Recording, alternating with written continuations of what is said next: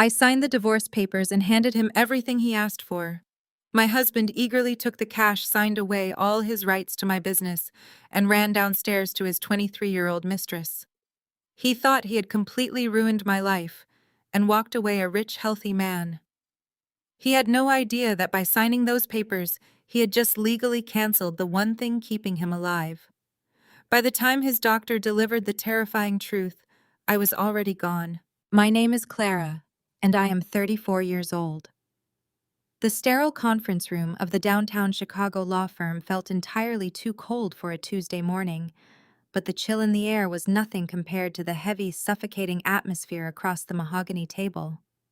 I sat perfectly still, holding a heavy silver pen, staring at the final divorce decree resting on the polished wood. Across from me sat Nathaniel, the man I had spent the last 10 years with, practically bouncing in his tufted leather chair with barely contained excitement. At 36, Nate looked remarkably healthy, a stark contrast to the hollowed-out shell of a man he had been just a year ago.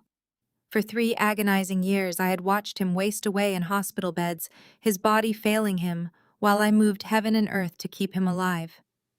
I had spent countless nights sleeping in uncomfortable plastic chairs, managing his medications, and using every single professional connection I had to secure him the best care in the country.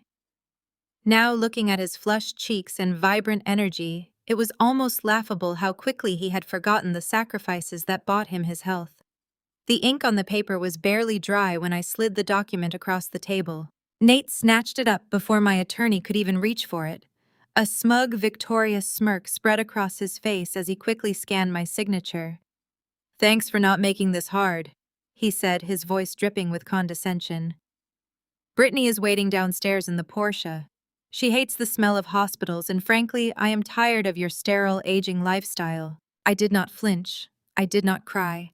I simply folded my hands on the table and offered him a serene, empty smile.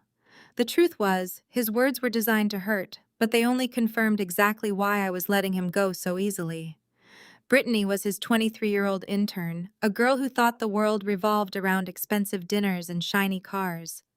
She was a girl who had never known hardship, never stayed up for 48 hours, monitoring a fever, never navigated the complex nightmare of the American healthcare system. Nate had traded a decade of loyalty for someone whose brain was still developing, all because his fragile ego needed constant validation and zero reminders of his own mortality. He adjusted his expensive tie, a tie I had bought him for our anniversary, and leaned forward as if to deliver some grand piece of wisdom. "You should really try to get out more, Clara. Maybe find a hobby that does not involve managing other people's medical crises. You are 34, but you act like you are 60. I just nodded, maintaining my steady gaze. The lawyers exchanged uncomfortable glances, clearly expecting me to break down or lash out. In any normal divorce, a wife would be screaming. She would be demanding half of the cash, fighting over the cars, tearing him down for his blatant infidelity. I had considered it. When I first found the hotel receipts and the text messages hidden on his phone, I felt a rage so intense it threatened to consume me. But anger is a wasted emotion when dealing with a narcissist. Instead, I channeled all my energy into a quiet, calculated exit strategy. I knew something they did not. I knew that fighting him would only delay the inevitable reality check that was waiting for him just around the corner. The final piece of business was the financial settlement. My lawyer, a sharp woman named Rebecca, slid the next document across the table. "This is the waiver of spousal support and business claims," she stated formally. "By signing this, Nathaniel, you agree to forfeit any and all future claims to Clara's company, her corporate assets, and any benefits derived from her business entity." This was the crucial moment. This piece of paper was the absolute center of my strategy. Everything depended on his arrogance blinding him to the details. In exchange, you will receive the entirety of the $150,000 currently held in the joint savings account. It was a massive sum of money to hand over freely, but I viewed it as the ultimate severance package. Nate grabbed the pen with eager, greedy hands. He did not even read the fine print. He just saw the immediate cash payout and the opportunity to fund his new fantasy life with Brittany. "Why would I want any part of your glorified nursing service anyway?" he scoffed, scribbling his signature forcefully on the dotted line. "It is a miracle you make any money coordinating doctor's appointments for rich hypochondriacs. I am taking the cash, buying out the rest of the Porsche, and starting fresh." My business was a high-end medical concierge firm, a startup I had built from the ground up that managed elite healthcare access for top-tier clients. But to Nate, it was just a boring administrative job. He had always belittled my ambition, even when that very ambition was what paid the mortgage and kept the lights on while he chased mid-level sales goals. I watched his pen glide across the paper, legally severing his ties to my company forever. A sense of profound relief washed over me. He thought he was taking me for a ride, walking away with the bulk of our liquid assets while leaving me with a stressful startup. He stood up, buttoning his suit jacket, radiating an unearned arrogance. He felt like a conqueror who had just won a war without having to fight a single battle. "Well, it has been real, Clara. Have a nice life. Do not work too hard." He turned and marched out of the conference room without looking back, the heavy glass door clicking shut behind him. The sound of his footsteps echoed down the hallway, rushing toward the elevator, rushing toward Brittany and the sports car he bought with my hard-earned money. Rebecca let out a long breath and looked at me with genuine concern. "Are you okay, Clara? You gave up a lot of cash today." I looked down at the signed waiver, the ink finalizing my complete legal separation from Nathaniel. I reached out and carefully placed the document into my briefcase. "I am perfectly fine, Rebecca," I answered, my voice steady and calm. "He thinks he just won the lottery, but he is about to realize that the cash he took will not even cover a fraction of the medical bill that is coming his way." I stood up, smoothed my skirt, and walked out of the building. The Chicago wind hit my face, but for the first time I felt truly free. The crisp morning air whipped around my coat as I headed toward my car. My heels clicked a steady rhythmic beat against the pavement. With every step away from that law firm, a heavy, toxic weight seemed to lift from my shoulders. It was a weight I had carried for 3 agonizing years. Looking back, I barely recognized the woman I had been during Nate's illness. When his kidneys first began to fail, the doctors gave us a timeline that felt like a death sentence. It was a rare, aggressively degenerative disease. Standard treatments were entirely useless. Standard insurance was an absolute joke. I had transformed into a relentless machine fueled entirely by caffeine and sheer panic. I spent my days building my medical concierge firm and my nights scrubbing through dense medical journals, researching global clinical trials, and leveraging every single industry contact I had cultivated. I called in favors I did not even know I possessed. I practically begged hospital administrators to give my husband a fighting chance. When I finally secured him a spot in an elite, highly restricted trial, I cried out of pure relief. It was a groundbreaking treatment protocol, incredibly exclusive and prohibitively expensive. I did not care about the cost or the stress. I only cared about saving the man I thought I loved. For months, I monitored his vitals, adjusted his strict diet, and held his hand through the grueling side effects. My own physical and mental health completely deteriorated. I stopped sleeping. I lost an unhealthy amount of weight. I missed highly important business meetings just to sit beside him in the sterile ward while the IV lines pumped life back into his failing organs. And then the miracle happened. The experimental drug worked beautifully. His kidney function stabilized. The color returned to his face. His vibrant energy came rushing back. But instead of gratitude, Nate developed an overwhelming sense of arrogance. He never once thanked me for pulling the intricate strings that got him into the trial. He never acknowledged the sleepless nights or the immense financial maneuvering happening behind the scenes. In his mind, he was simply invincible. He started telling his friends and family that he beat the disease because of his superior genetics. He bragged endlessly about his natural physical resilience. He convinced himself that he was a medical marvel, a man far too strong to be taken down by a mere illness. That inflated ego was exactly what led him straight into Brittany's arms. He felt reborn, and he decided his new vibrant life required a new vibrant accessory. He looked at me exhausted and drained from keeping him alive, and saw only a burdensome reminder of his sickness. He wanted to forget he was ever weak, so he discarded the one person who had seen him at his absolute worst. I slid into the driver's seat of my car and closed the door, shutting out the chaotic noise of the city traffic. The leather interior was quiet and warm. Just as I started the engine, my phone buzzed sharply in my purse. I pulled it out and saw a secure message notification from Dr. Harrison. He was the lead specialist managing the clinical trial, a brilliant physician I had personally recruited for my company's network. I opened the message. The text was brief, but loaded with massive life-altering implications. Clara, the hospital billing system, just auto-flagged Nathaniel's profile. His removal from your corporate sponsorship program was triggered immediately after the legal system logged your divorce filing. Should I notify him of this change in his coverage status? I stared at the glowing screen. A cold, sharp wave of profound satisfaction washed over me. This was the exact trap Nate had sprinted into with his eyes wide open. He was so incredibly eager to grab the cash and run off with his young mistress that he never bothered to understand how his medical care was actually funded. He simply assumed his standard corporate insurance covered the magic pills that kept his body functioning. He never knew that for the past 3 years, my company had been absorbing the astronomical cost through a specialized spousal compassionate care grant. The very waiver he had just signed in that conference room, the one he loudly mocked as a release from my glorified nursing service, was the specific legal mechanism that permanently terminated his eligibility for the drug.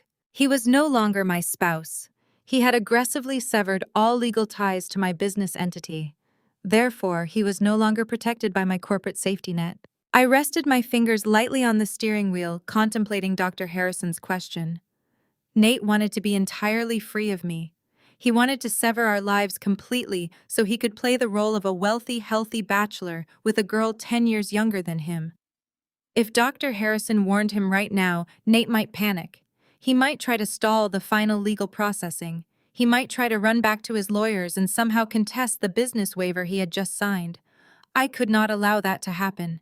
He had made his bed with Brittany, and now he had to lie in it without any safety cushions. I typed my response with deliberate, steady keystrokes. No, let him figure it out. I hit send and locked the screen. The matter was officially out of my hands. I placed the phone back into my purse, shifted the car into drive, and pulled out into the bustling Chicago streets. I had a multi-million-dollar acquisition to finalize today, and I absolutely refused to waste another second of my precious time worrying about a man who had happily dug his own grave. As I drove toward my office, I felt a genuine radiant smile form on my face. I turned up the radio, letting the upbeat music fill the cabin of my car. For years, my entire existence had revolved around doctor appointments, lab results, and managing Nate's fragile ego. Now I was reclaiming my life, my business, and my future. The sky above the city seemed brighter than it had in months. Nate was driving away with a temporary prize, blindly steering himself toward a brick wall. I, on the other hand, was finally in the driver's seat of my own destiny. The countdown had officially started, and his new perfect life was already running out of time. I pulled into my designated parking spot beneath the towering glass facade of my corporate headquarters. The transition from betrayed wife to ruthless CEO required a mental shift I had perfected over the last year. Walking through the sleek lobby of my medical concierge firm, I greeted my staff with the same poised demeanor I always carried. My executive assistant handed me a black coffee as I stepped into my corner office, the panoramic view of the Chicago skyline sprawling out behind my desk. I set my briefcase down and took a moment to breathe. Out of sheer morbid curiosity, I pulled my phone back out and opened my social media apps.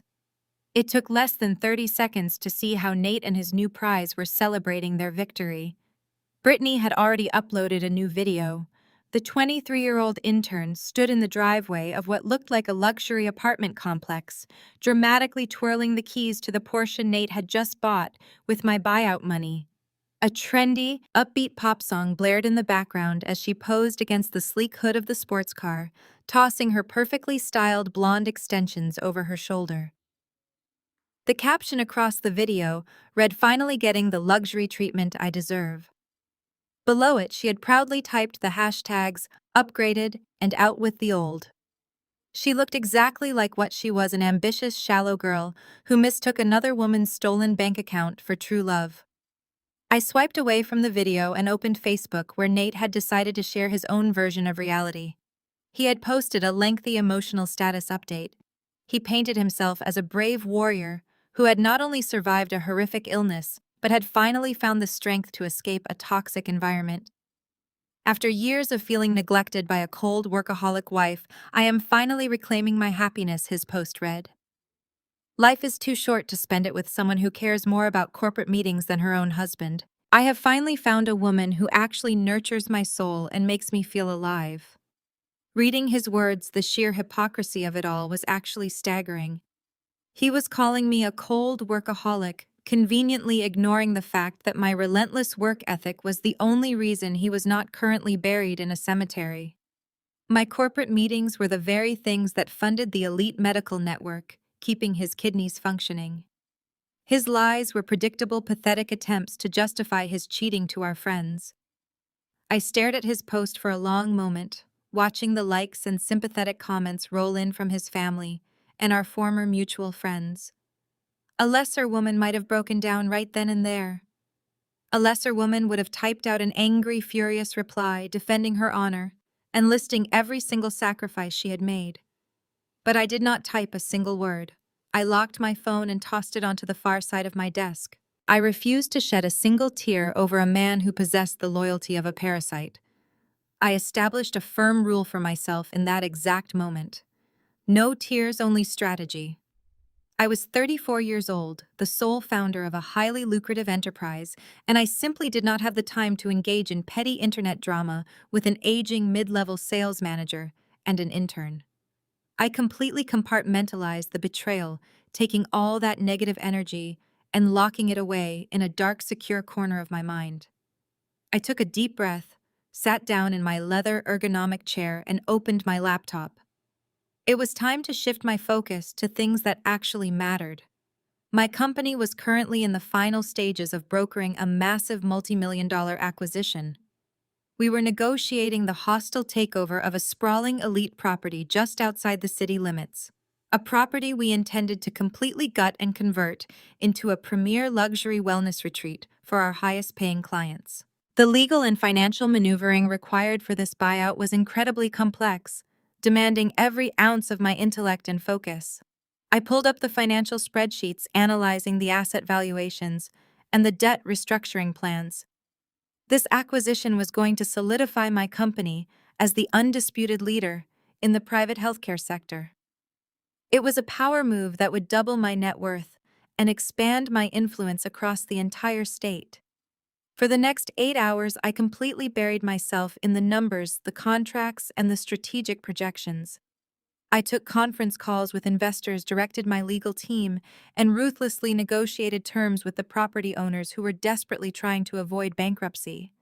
I operated with cold, surgical precision.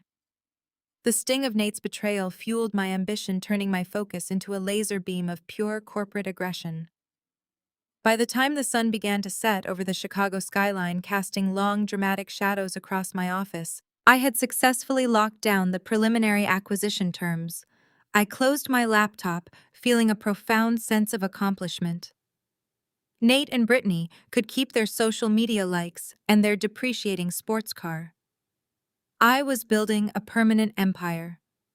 I packed my briefcase and prepared to head back to my suburban home, entirely unaware that the peace I had established in my office was about to be violently shattered the moment I walked through my own front door. I walked out of the building and stepped into the cool evening air. The drive to the suburbs usually gave me time to decompress, but tonight my mind raced with calculated plans for the future. I navigated the crowded highway traffic with smooth mechanical efficiency, letting the rhythmic hum of the engine soothe my thoughts. Every calculated move I made from this point forward would guarantee my ultimate victory. I pulled into my quiet, familiar neighborhood completely ready for a relaxing night alone. Fate had other brutal plans. Very soon I would learn that my quiet suburban sanctuary was entirely compromised. The next morning began like any other Friday. I woke up early, went for a brisk run on my treadmill, and brewed a fresh pot of dark roast coffee. I stood in my expansive kitchen admiring the morning sunlight streaming through the custom bay windows. I felt a renewed sense of energy. My divorce was finalized. My company was on the verge of a massive expansion. I took a slow sip of my coffee, savoring the absolute silence of a house that no longer contained a narcissistic husband. That peaceful silence did not last long. The sudden jarring sound of the front door forcefully swinging open shattered the calm. I had forgotten to change the security code, a rare oversight on my part. Heavy, aggressive footsteps echoed down the hardwood hallway. Before I could even set my coffee mug down, my former mother-in-law, Patricia, marched directly into my kitchen. She was flanked by Brittany, who was wearing an oversized designer sweater that clearly belonged to Nate. Patricia stopped right in front of me, her face twisted into a mask of pure entitlement and disdain. She reached into her oversized leather tote bag, pulled out a heavy box of industrial black trash bags, and slammed it down hard onto the white marble surface of my kitchen island. "You have exactly 2 hours to pack up your personal items and vacate the premises," Patricia demanded, her voice echoing loudly in the spacious room. "Nathaniel needs to start moving his things back in today. This house belongs to my son, and we are not going to let you hold it hostage just because you are bitter about the divorce." I stared at the box of trash bags, then shifted my gaze to Patricia. I did not raise my voice. I did not react to her blatant hostility. I simply leaned against the counter and took another sip of my coffee. "You seem to be operating under a massive delusion, Patricia," I said calmly. "I suggest you and your little guest leave my property before I call the police." Brittany scoffed, stepping out from behind Patricia. She completely ignored my warning and pulled a bright yellow measuring tape out of her pocket. "Do not threaten us, Clara," Brittany sneered, rolling her eyes as if I were a minor inconvenience. "Nate specifically told us we could come over and start taking inventory. He promised me I could completely redesign the main living area. Your taste is incredibly outdated. These window treatments are absolutely hideous." Without waiting for my permission, Brittany strutted past me and walked straight into the main living room.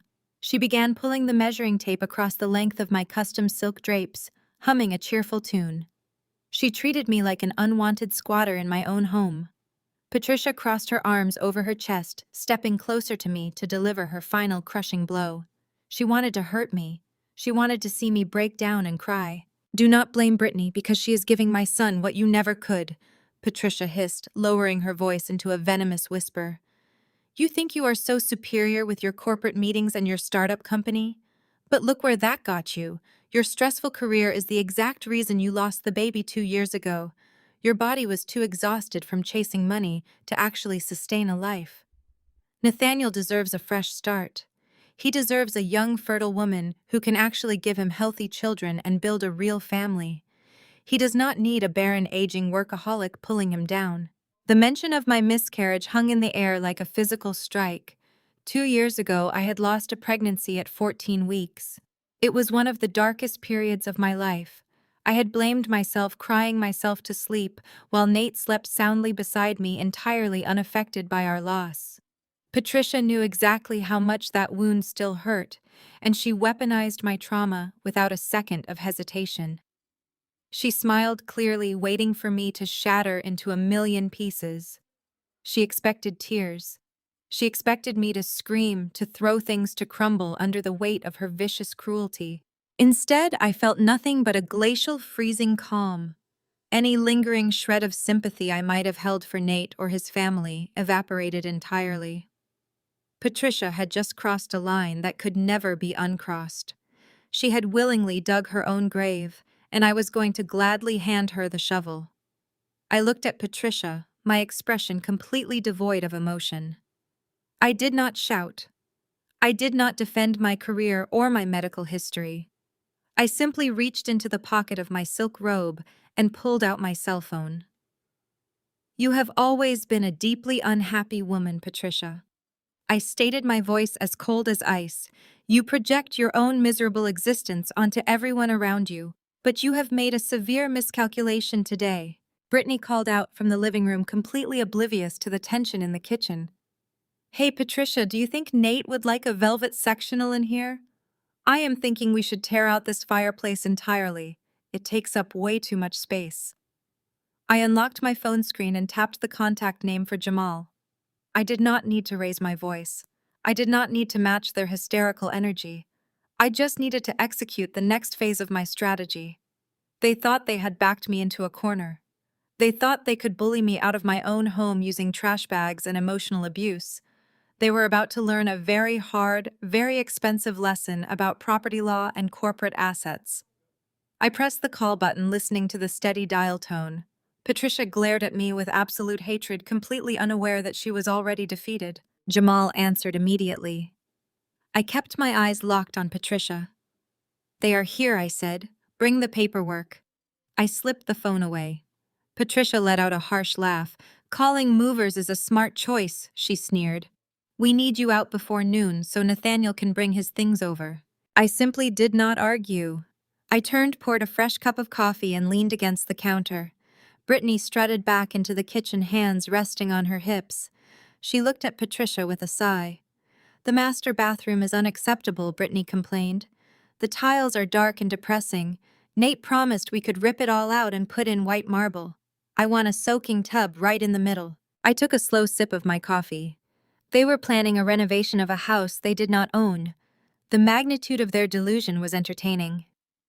Patricia nodded along, validating every ridiculous demand the intern made. They spent the next 10 minutes discussing paint colors and furniture arrangements, intentionally trying to make me feel small.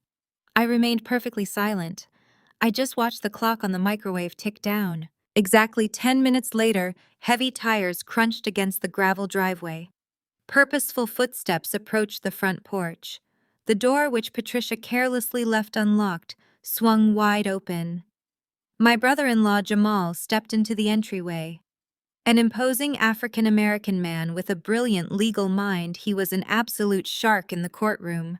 He wore an impeccably tailored navy suit that commanded instant respect. He carried a thick leather briefcase. Flanking him were two uniformed police officers, hands resting near their duty belts. The arrogant chatter in the kitchen died instantly. Brittany dropped her measuring tape, her jaw slack. Patricia spun around, eyes widening in shock, as she took in the sight of police officers in my hallway. What is the meaning of this? Patricia demanded, her voice losing its venom and rising in panic. Officers, this woman is refusing to leave my son's house. Escort her off the premises immediately. She is trespassing. The officers did not move. They looked directly at Jamal, waiting for his cue. Jamal casually walked into the kitchen, polished leather shoes clicking against the hardwood floor. He stopped right next to the island, looking down at the box of industrial trash bags Patricia had thrown there earlier. He let out an amused chuckle. Patricia, it is truly astounding how confidently wrong you are, Jamal said, his voice smooth and devoid of warmth. He placed his heavy leather briefcase on the counter and clicked the brass locks open. You see, you have made a fundamental error in your real estate assumptions. Jamal reached into his briefcase and pulled out a thick stack of legal documents printed on heavy watermarked paper. He spread them across the marble island.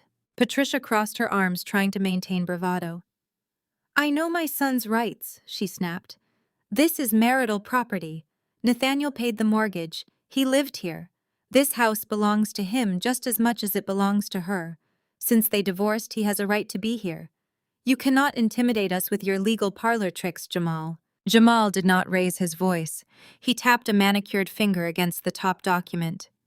This is the deed to this property, Patricia.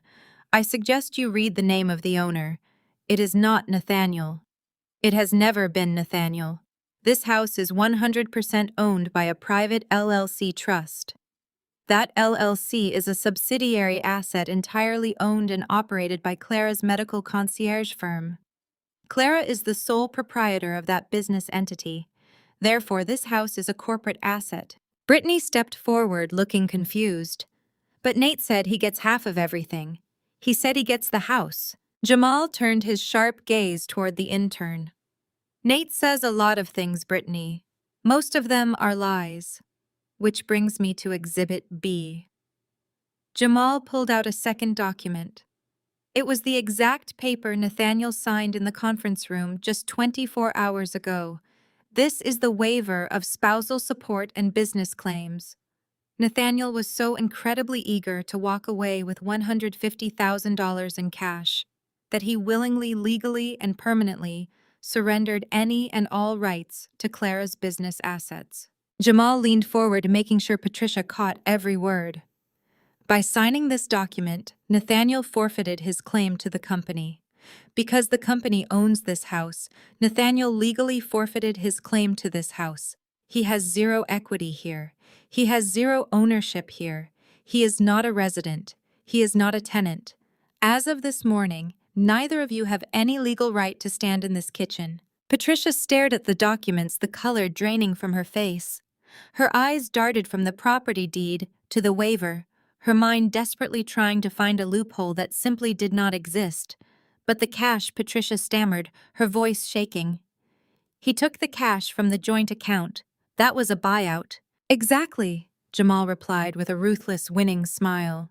He took a flat cash payout in exchange for walking away from an LLC that holds millions of dollars in real estate and corporate assets. He traded a mansion for a quick payday to impress his new girlfriend. It was a spectacularly stupid financial decision, but it was his decision to make, and now the transaction is completely finalized. The harsh reality of the situation crashed down upon Patricia and Brittany like heavy concrete bricks. The smug, arrogant entitlement instantly evaporated from Brittany's youthful face, entirely replaced by pure, unadulterated panic. The luxurious house she had eagerly been measuring for custom velvet drapes did not belong to her rich new boyfriend. It belonged to the woman she had just spent 20 minutes actively insulting.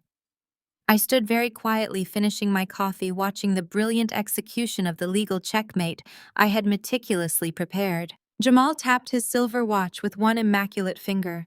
The sharp sound echoed in the silent kitchen. "You have exactly 30 minutes to gather whatever personal belongings you brought with you today," he announced. His voice was calm, yet it carried an undeniable authority that left no room for negotiation. After that 30-minute window expires, your presence on this property officially becomes criminal trespassing. These officers are here to ensure a smooth, orderly departure. Patricia stared at him, her mouth opening and closing as she struggled to form a coherent response. She frantically pulled her phone from her oversized leather tote bag and dialed Nathaniel's number. She held the phone to her ear, her hand shaking visibly. The call went straight to voicemail. She tried again. Nothing. Her golden child, the man who had confidently promised them a luxurious new life in my house, was completely unreachable. Brittany, however, did not choose the path of silent panic. The 23-year-old intern suddenly erupted into a full-blown hysterical tantrum. Her face turned an unflattering shade of crimson as she stomped her designer boots against my hardwood floor. "This is not fair!" she shrieked, pointing directly at my face. "Nate promised me this house. We are getting married. You cannot kick us out into the street. You are just a bitter, jealous ex-wife who cannot handle that he upgraded." I did not even blink. I took the final sip of my coffee, rinsed the mug in the sink, and dried my hands on a towel. "Brittany," I said, keeping my tone completely flat. "The only thing Nathaniel promised you was a lie. You are currently trespassing on corporate property. I suggest you listen to my attorney before you leave here in handcuffs." One of the police officers took a deliberate step forward, resting his hand on his utility belt. "Ma'am," the officer said, addressing Brittany directly, "the legal documentation is clear. You need to vacate the premises immediately. If you do not comply, we will be forced to physically remove you." Brittany let out a frustrated scream that echoed through the entire first floor. She spun around and marched toward the entryway, grabbing her designer jacket and a decorative crystal vase from the console table. "Nate bought this," she yelled, clutching the vase tightly to her chest. "I am taking it." Jamal stepped effortlessly into her path, blocking the doorway. "Put the vase down, Brittany," he instructed. "That asset belongs to the LLC. Taking it constitutes theft, and we will press charges." Defeated, humiliated, and shaking with rage, Brittany slammed the vase back onto the table. She stormed out the front door, her angry footsteps retreating down the driveway. Patricia lingered for a moment, her eyes filled with toxic, venomous hatred. "You will pay for this!" "Clara," Patricia hissed, her voice dripping with malice. "You will pay dearly." She turned and followed the intern out of my home. The officers escorted them all the way to their vehicle, ensuring they drove off the property entirely. I locked the front door behind them, the heavy deadbolt sliding into place with a satisfying final click. The profound peace of my newly secured home lasted exactly 4 hours. I had just settled into my home office reviewing the final acquisition documents for the country club when my personal cell phone began to vibrate violently across my desk. It was not just one notification. It was a relentless, endless cascade of chimes and alerts. I unlocked the screen and found my inbox flooded with messages from people I had known for years. Mutual friends, extended family members, and even casual acquaintances were sending me paragraphs of pure, concentrated hatred. I opened Facebook to discover the source of the chaos. Nathaniel had launched a massive, highly coordinated social media smear campaign against me. He had crafted a lengthy, deeply manipulative public post specifically designed to paint himself as the ultimate victim. The post featured a photograph of Patricia sitting on a park bench looking fragile and exhausted, alongside a picture of Brittany wiping fake tears from her eyes. "I cannot believe the cruelty of the woman I used to call my wife," his post began. "After supporting her through her career, she waited until I was vulnerable to strike. Today she used high-priced lawyers and legal loopholes to kick my sick elderly mother out into the street. She also evicted my innocent fiancé, leaving them completely homeless without a shred of compassion. I survived a deadly kidney disease, only to be subjected to this kind of absolute evil. Please share this so the world knows what kind of monster Clara truly is." The post had already been shared hundreds of times. The comment section was an absolute war zone of character assassination. People who had attended our wedding, people who had eaten dinners at my table, were completely buying into his fabricated narrative. They called me heartless. They called me a villain. Some comments went as far as suggesting that my medical concierge business should be boycotted, tagging my company profile in an attempt to destroy my professional reputation. My phone continued to buzz with aggressive text messages. "How could you do that to an old woman?" one message read. "You are a disgusting excuse for a human being," read another. The sheer volume of the digital assault was designed to overwhelm me, to force me into a defensive emotional reaction. Nate wanted me to panic, to issue a public apology, or to break down and surrender the house just to stop the public shaming. I sat back in my chair and stared at the glowing screen. A lesser woman would have cracked under the weight of such intense public scrutiny. But I remembered the rule I had established for myself in the office. No tears, only strategy. I systematically took high-resolution screenshots of Nate's post, ensuring I captured every single defamatory claim he made. I captured the threats from mutual friends. I documented every single instance where he tagged my business entity.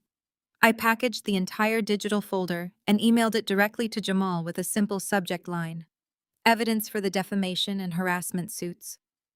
I did not reply to a single angry message. I did not post a defensive counterstatement. I simply let them scream into the void. Nate thought he was winning the public relations war, but he was actually just handing me the exact ammunition I needed for my next strike.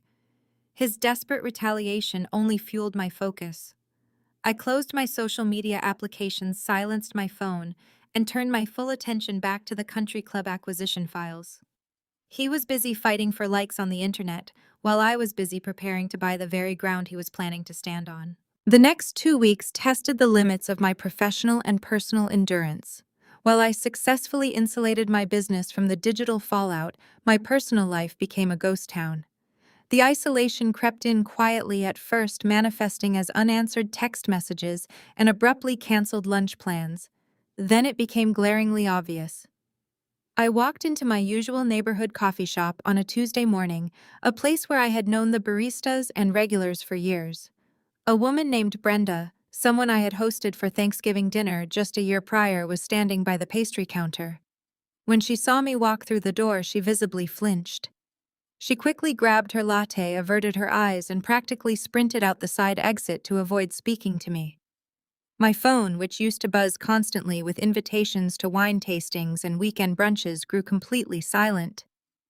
The only notifications I received were calendar reminders for corporate board meetings. Nate had played his hand perfectly. He had weaponized his medical history to craft an impenetrable shield of sympathy. In the eyes of our suburban social circle, he was the poor, sick survivor who had miraculously beaten a deadly kidney disease, only to be cast aside by a cold, calculating woman. They saw the glossy Facebook posts and bought into the narrative that I was a ruthless corporate machine. No one bothered to ask for my side of the story. No one questioned how Nate suddenly had the funds to lease a luxury sports car mere days after claiming to be a destitute victim. They simply chose the easiest, most entertaining version of the truth.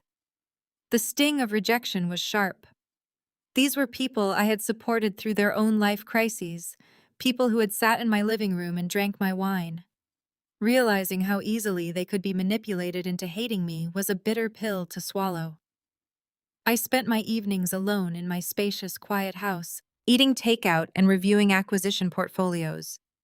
I simply reclassified those lost friendships as necessary collateral damage. If their loyalty could be bought with a single manipulative social media post, they were never truly in my corner to begin with.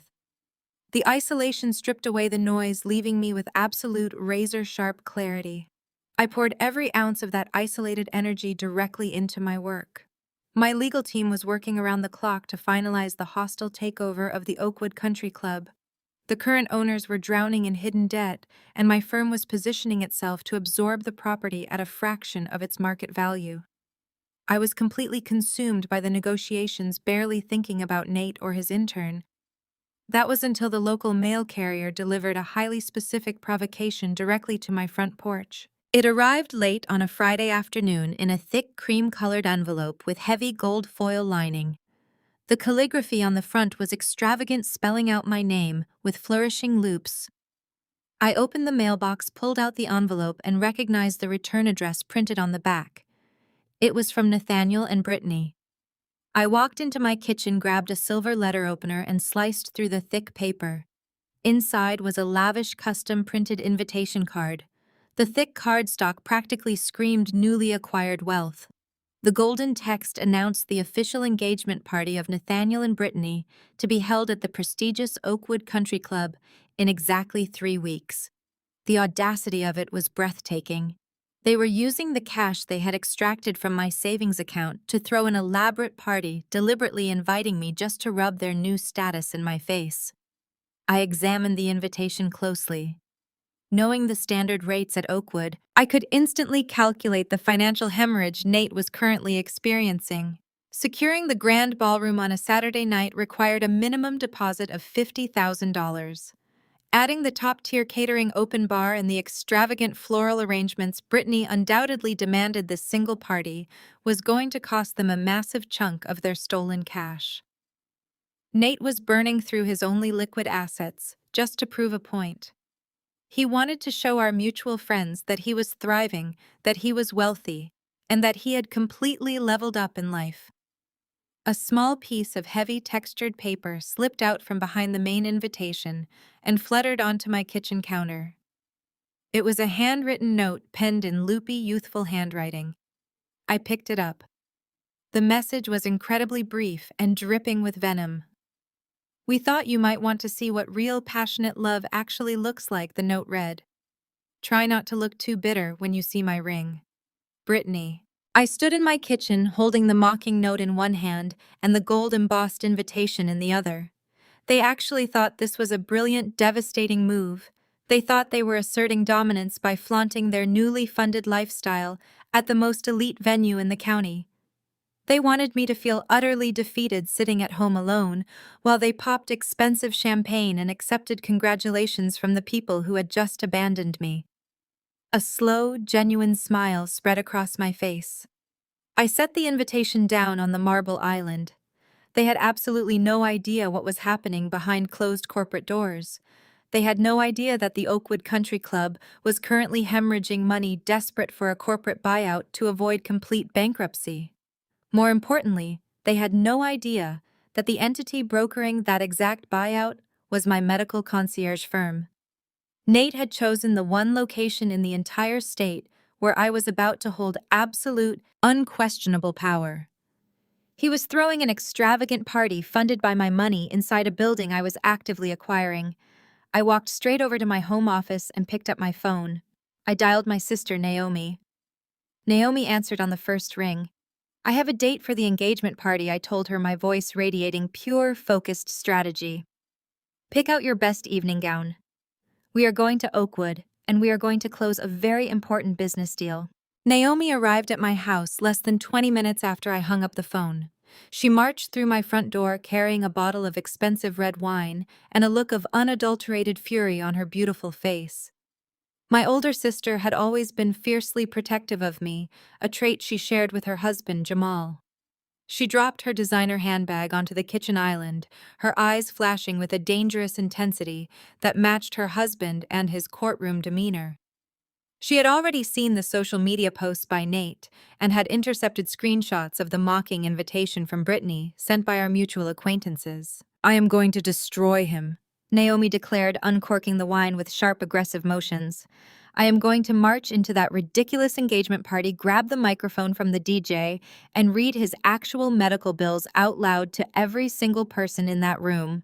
Then I am going to pour my drink directly over that cheap blonde extension-wearing intern. No one treats my blood like this and gets away with it." Her anger was a warm, comforting presence. It was proof that while my superficial suburban friendships had evaporated, my true family remained completely unshakable. I took the wine glass she offered me, appreciating her fierce loyalty, but knowing that an emotional outburst was the exact opposite of what we needed. I shook my head gently. "We are not going to cause a scene, Naomi," I said softly, taking a measured sip of the dark red wine. "We are not going to yell or throw drinks or act like hysterical women on a cheap reality television show. That is exactly what Nate and Patricia want. They want us to look unstable and bitter. They are craving a public confrontation so they can point at me and play the victims all over again. I refuse to give them that satisfaction." Naomi frowned, leaning against the counter. "Why on earth did you tell me to pick out an evening gown? Why are we attending an engagement party thrown by the man who betrayed you and the intern who helped him do it? You are a brilliant woman, Clara, but walking into that country club just to stand in the corner and take their abuse is not a strategy. It is social suicide." I set my wine glass down and looked my sister directly in the eyes. I let a slow, calculated smile spread across my face. "We are not going as guests," I explained, my voice dropping to a low, authoritative pitch. "We are going as the new owners." The Oakwood Country Club is currently drowning in a massive amount of hidden toxic corporate debt.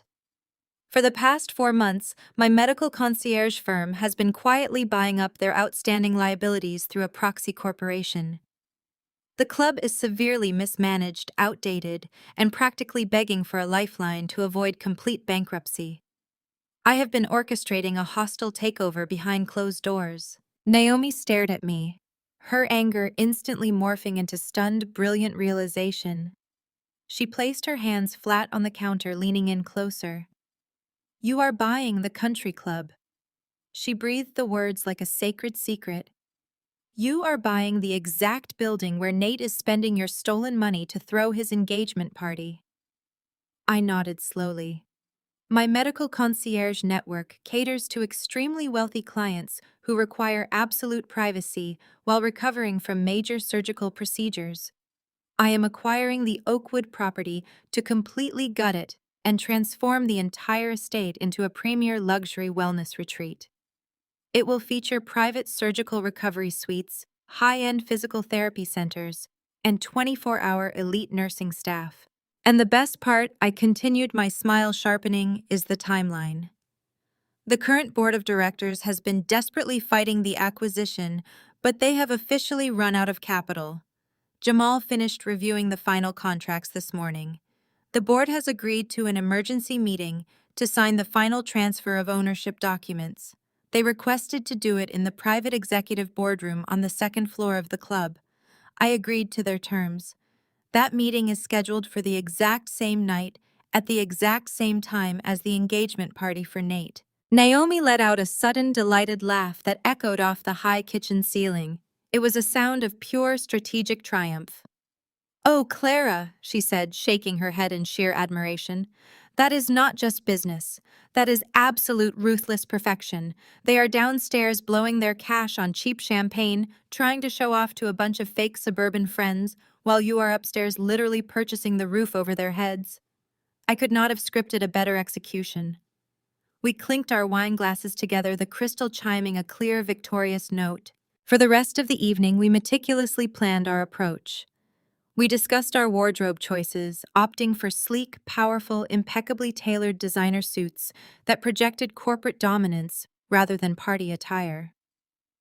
I outlined the strict parameters of our behavior. We would maintain absolute professional composure. We would not engage with the petty insults from Patricia or the juvenile provocations from Brittany. We would walk through their party like untouchable titans, bypass their pathetic celebration, and secure a multi-million-dollar asset that would solidify my company as a dominant force in the state healthcare sector. Nate thought he had outsmarted me by extracting $150,000 and flaunting it at the most elite venue in our zip code. He thought his manipulative social media posts had effectively destroyed my reputation and pushed me into hiding. He had no idea that his entire reality was built on a fragile house of cards, and I was about to buy the table it rested on. I was not just moving on from my failed marriage. I was elevating myself to a level of ultimate corporate power he could not even begin to comprehend. On Saturday evening, Naomi and I finally pulled up to the grand entrance of the Oakwood Country Club in a sleek black town car. We stepped out into the humid evening air, radiating an aura of absolute authority. I wore a tailored charcoal pantsuit with a sharp asymmetrical cut that commanded attention. Naomi stood beside me in a striking emerald gown, looking every bit the fierce protector she was. Valets scrambled to open the heavy oak doors for us. As we walked into the grand ballroom, the sheer financial waste of Nathaniel and Brittany's celebration assaulted my senses. Imported white orchids spilled over the tables. A live jazz band played on a raised platform, and waiters circulated with silver trays of expensive champagne. They had spared no expense burning through the cash they had taken from my account with reckless abandon. The room was packed with the very people who had abandoned me. Former friends and neighborhood acquaintances were laughing and drinking, completely charmed by the false narrative my ex-husband had spun. Nate stood near the center of the room, wearing a custom tuxedo with his arm wrapped tightly around Brittany. She was draped in an aggressively sparkly dress, flashing a diamond ring at anyone who would look. We had barely taken 10 steps into the ballroom when Patricia spotted us. Her eyes narrowed into slits of pure malice. She practically shoved her way through a group of guests to intercept us, her face flushing an angry red. She positioned her body to block our path, raising her voice loud enough to ensure the surrounding tables could hear every word. "What are you doing here?" Patricia demanded, pointing an accusatory finger at my chest. "You were not invited, Clara. Do you not have any shame at all? After you left me and my future daughter-in-law homeless, you actually have the nerve to crash her engagement party." The surrounding guests fell completely silent, heads turned in our direction. The jazz music faded as everyone tuned in to watch the drama unfold. Patricia thrived on this kind of public spectacle. She wanted me to cower. She wanted me to turn around and run away in tears. "You are pathetic," Patricia sneered, taking a step closer. You could not keep my son happy, and now you are so bitter and desperate that you have to stalk him at his own celebration. Security is going to throw you out. You are embarrassing yourself, Clara. Go back to your cold, empty house and leave my family alone. Naomi tensed beside me, her protective instincts flaring, but I placed a calming hand on her arm. I looked into Patricia's furious eyes. The desperation rolling off her was palpable. She was trying so hard to maintain the illusion of wealth and superiority, completely unaware of the massive shift in power that was about to occur. I did not flinch or raise my voice to match her hysterical tone. I simply adjusted my briefcase and offered her a pitying smile. "I am not here for your party, Patricia," I stated, my voice echoing clearly in the sudden quiet of the ballroom. "I am here for a scheduled business meeting with the owners of this establishment. Now, if you will excuse me, I have actual work to do." I stepped around her frozen form, leaving her sputtering. Naomi followed close behind as we walked purposefully across the grand ballroom. Nate and Brittany had finally noticed the commotion. Nate's smug grin vanished, replaced by a look of profound confusion as he watched me completely ignore his mother and stride past his extravagant champagne tower. I headed straight for the elevated VIP section at the far end of the room. Sitting around a heavy mahogany table were 5 men in formal business attire. This was the Oakwood Country Club Board of Directors. They looked exhausted, defeated, and incredibly relieved to see me. The club president, a distinguished man named Thomas Wright, stood up immediately and extended his hand. "Clara," he said, shaking my hand firmly, "we have all the final paperwork prepared. Our legal counsel has reviewed your firm's acquisition terms and we are ready to proceed with the transfer of ownership." I set my briefcase on the table and retrieved my favorite silver pen. Right there in full view of my ex-husband, his toxic mother, his young mistress, and every single person who had bought into his lies. I sat down at the head of the table. I began signing the massive stack of acquisition documents. With every stroke of my pen, I legally absorbed the staggering debt of the country club and transferred its ownership entirely to my medical concierge firm. The murmurs in the ballroom grew louder as the guests realized this was not a dramatic ex-wife crashing a party. This was a high-level corporate buyout happening right in front of their eyes. Nate took a hesitant step toward the VIP area, his confusion morphing into genuine panic. He watched as the board members shook my hand one by one, congratulating me on the successful acquisition. I stood up, buttoned my suit jacket, and turned to face the ballroom. The absolute silence was deafening. I looked directly at Nate, whose face had turned the color of ash. I then shifted my gaze to Patricia and Brittany, who were standing frozen near the dance floor. "I now officially own this property," I announced, my voice carrying effortlessly across the room. "I will allow your little celebration to finish tonight, but starting tomorrow morning, this building will be closed for a complete medical facility renovation. Enjoy the open bar, Nathaniel. It is the exact last thing you will ever buy on my property." The look of absolute terror on his face was worth every single sleepless night I had endured. He suddenly realized that he had blindly walked right into a massive corporate trap and his fake, perfect new life was entirely over forever. The heavy silence in the grand ballroom was palpable. Hundreds of guests stood frozen in their designer clothes, their eyes darting between my calm posture at the executive table and Nathaniel standing near the champagne tower. The color had drained from his face. His carefully constructed illusion of wealth had just been publicly shattered into a million pieces. For a fleeting moment, I saw genuine panic flash in his eyes. He looked around, desperate to find an escape route or a sympathetic face. But the crowd was completely silent, watching the unraveling of his narrative. Then Nate's toxic narcissism kicked in. He could not accept public defeat. He refused to let me control the room. Instead of bowing his head in shame or exiting the building, he forced a loud, fake laugh. He clapped his hands together, the sound echoing harshly across the silent dance floor. "Is this supposed to ruin my night?" he shouted, his voice cracking slightly with manic energy. "You bought a building, Clara. Congratulations on being a sad, lonely landlord. We are still getting married. We are still young and healthy and deeply in love. You cannot buy that." He turned sharply toward the jazz band on the raised platform. "Play something fast," he ordered the bandleader, waving his arm aggressively. "Play the most energetic song you know. We are here to celebrate a brand new life." The bandleader, looking uncomfortable, hesitantly nodded to his musicians. A fast-driving jazz tempo began to fill the quiet room.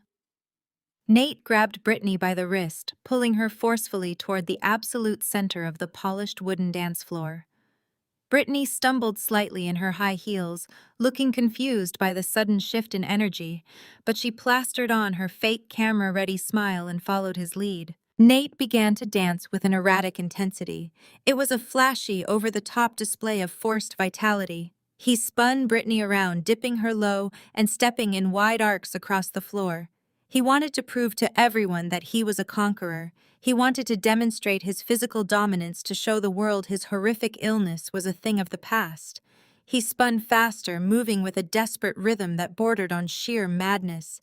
He threw his head back and laughed loudly, putting on a theatrical performance. I stood quietly on this elevated VIP platform, with Naomi watching the pathetic spectacle unfold. He was trying to outrun reality, burning through his physical reserves just to maintain an illusion. The fast-paced music swelled to a rapid crescendo. Nate grabbed Brittany by the waist for a dramatic complex spin. And then the universe finally collected its debt. Right in the middle of a sharp turn, Nate froze, his entire body locked up as if he had run full speed into an invisible wall.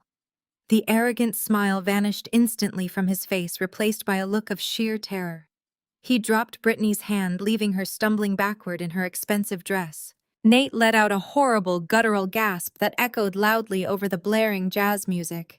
His hands flew to his lower back, his fingers digging into his sides with brutal force. The vibrant, healthy flush he had been flaunting all evening evaporated in less than a second. His skin turned an alarming, sickly shade of gray. It was a color I knew intimately well. It was the exact shade of death I had watched him fight off for 3 grueling years in the hospital.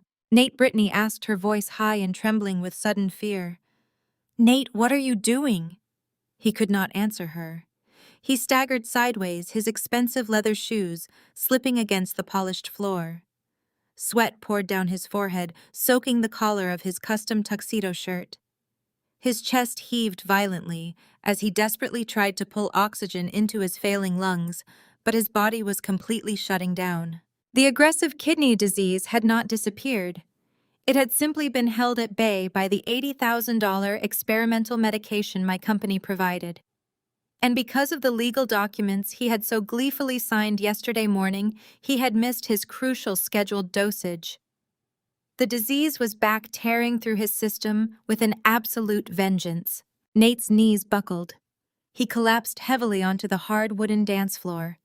The sound of his body hitting the ground was sickeningly loud. He curled into a tight, agonizing fetal position, clutching his sides as violent tremors racked his frame. He was gasping for air, making terrible, choked wheezing sounds. The jazz band abruptly stopped playing, plunging the ballroom into a chaotic, terrifying silence. The guests began to scream. A wave of pure panic rippled through the crowd. People pushed back from their tables, knocking over crystal glasses and expensive centerpieces in their rush to get away from the horrifying scene. Patricia shrieked, pushing her way through the terrified guests. "Nathaniel," she screamed, throwing herself onto the floor beside her thrashing son. "Somebody call an ambulance right now. Help him, my baby is dying." Brittany stood frozen just feet away, her hands covering her mouth in absolute horror. She stared down at the man who was supposed to be her rich, healthy ticket to a life of luxury. Instead, she was looking at a broken, bankrupt, severely ill patient writhing in agony on the floor of a building owned by his ex-wife. From my elevated position in the VIP section, I watched the entire collapse with absolute freezing clarity. I did not rush down to help him. I did not pull out my phone to dial emergency services. I had spent 3 years sacrificing my own life to save his, and he had repaid that loyalty with profound cruelty and deceit. I stood beside my sister, watching the inevitable consequences of his actions catch up to him. The flashy engagement party instantly became a desperate medical emergency, and the true cost of his betrayal was about to be billed. The sheer panic gripping the grand ballroom was electric. A chorus of terrified gasps and frantic shouting entirely drowned out the lingering echoes of the jazz band.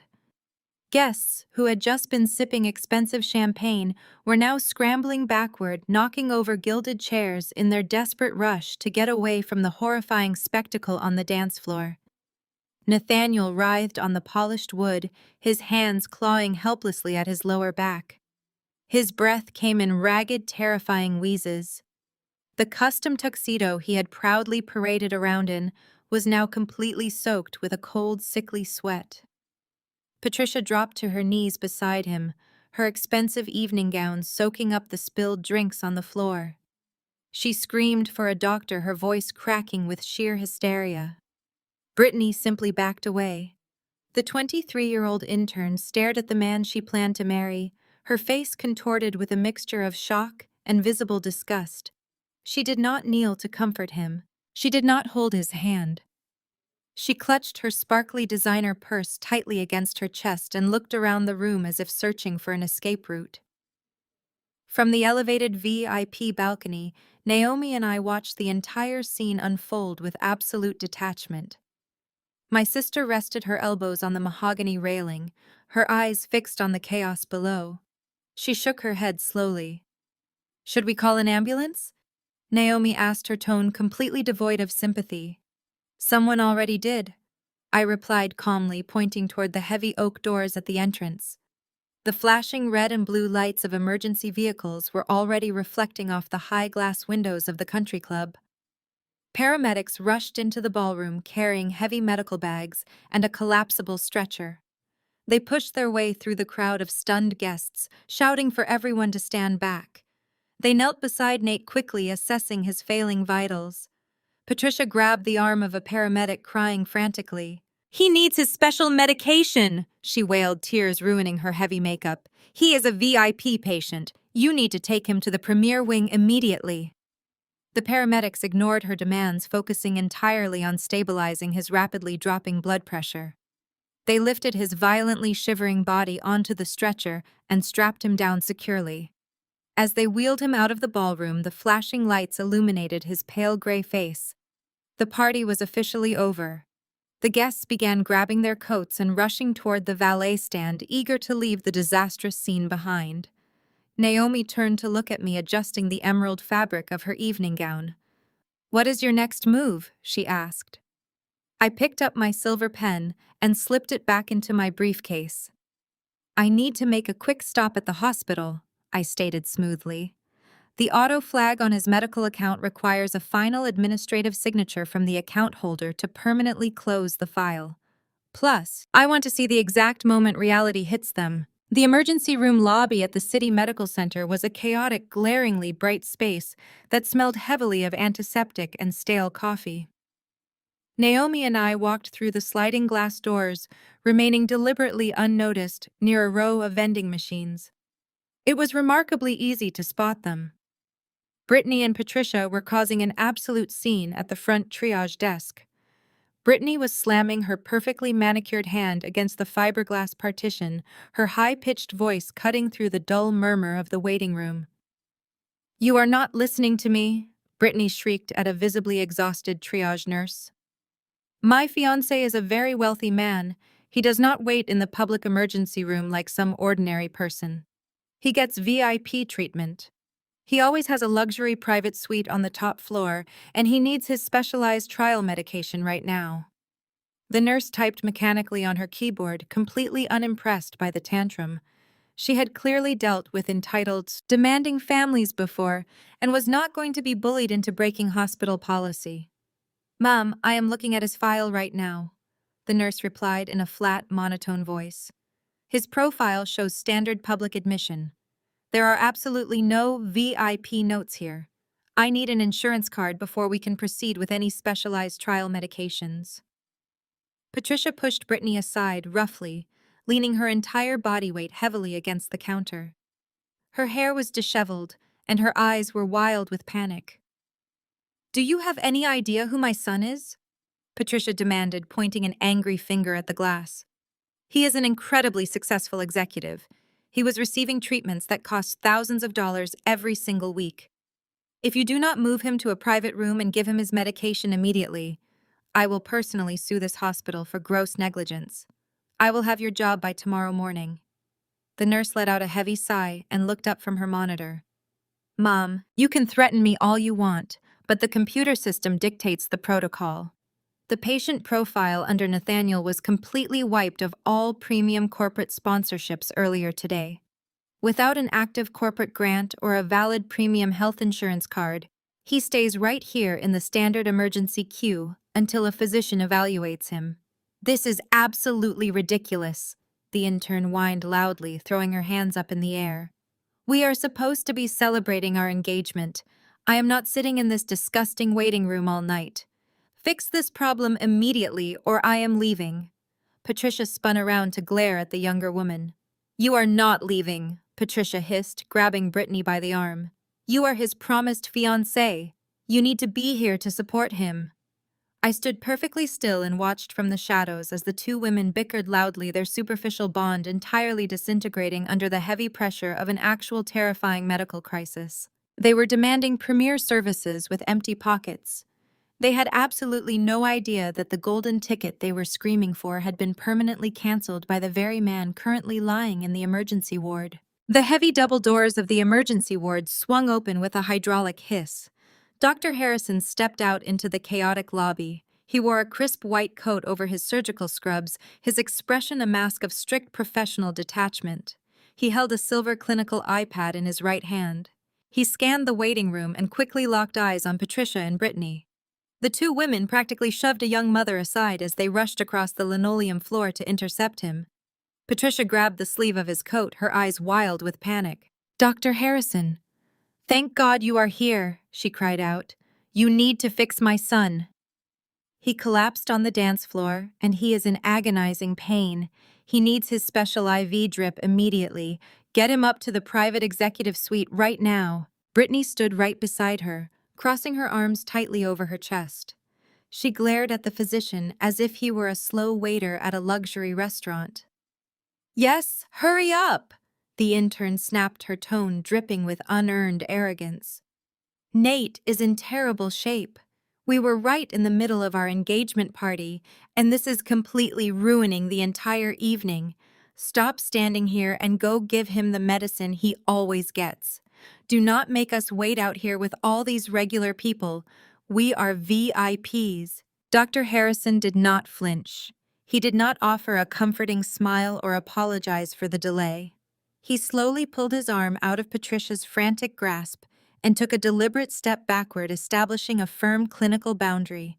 He had spent the last 3 years working directly with me, coordinating the complex medical logistics that kept Nathaniel breathing.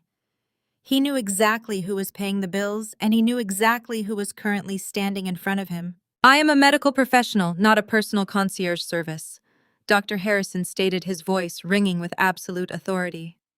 Nathaniel is currently stabilized in triage bay number 4. His vital signs are critical but temporarily secure. However, his renal function is crashing at an alarming rate. He has completely missed his scheduled treatment window, and his body is aggressively rejecting the internal toxins. If we do not administer the correct pharmaceutical protocol within the next 6 hours, he will suffer irreversible organ failure. Patricia gasped loudly, covering her mouth with both hands. Do it! Then she shrieked. Give him the protocol. What are you waiting for? Dr. Harrison looked at her coldly.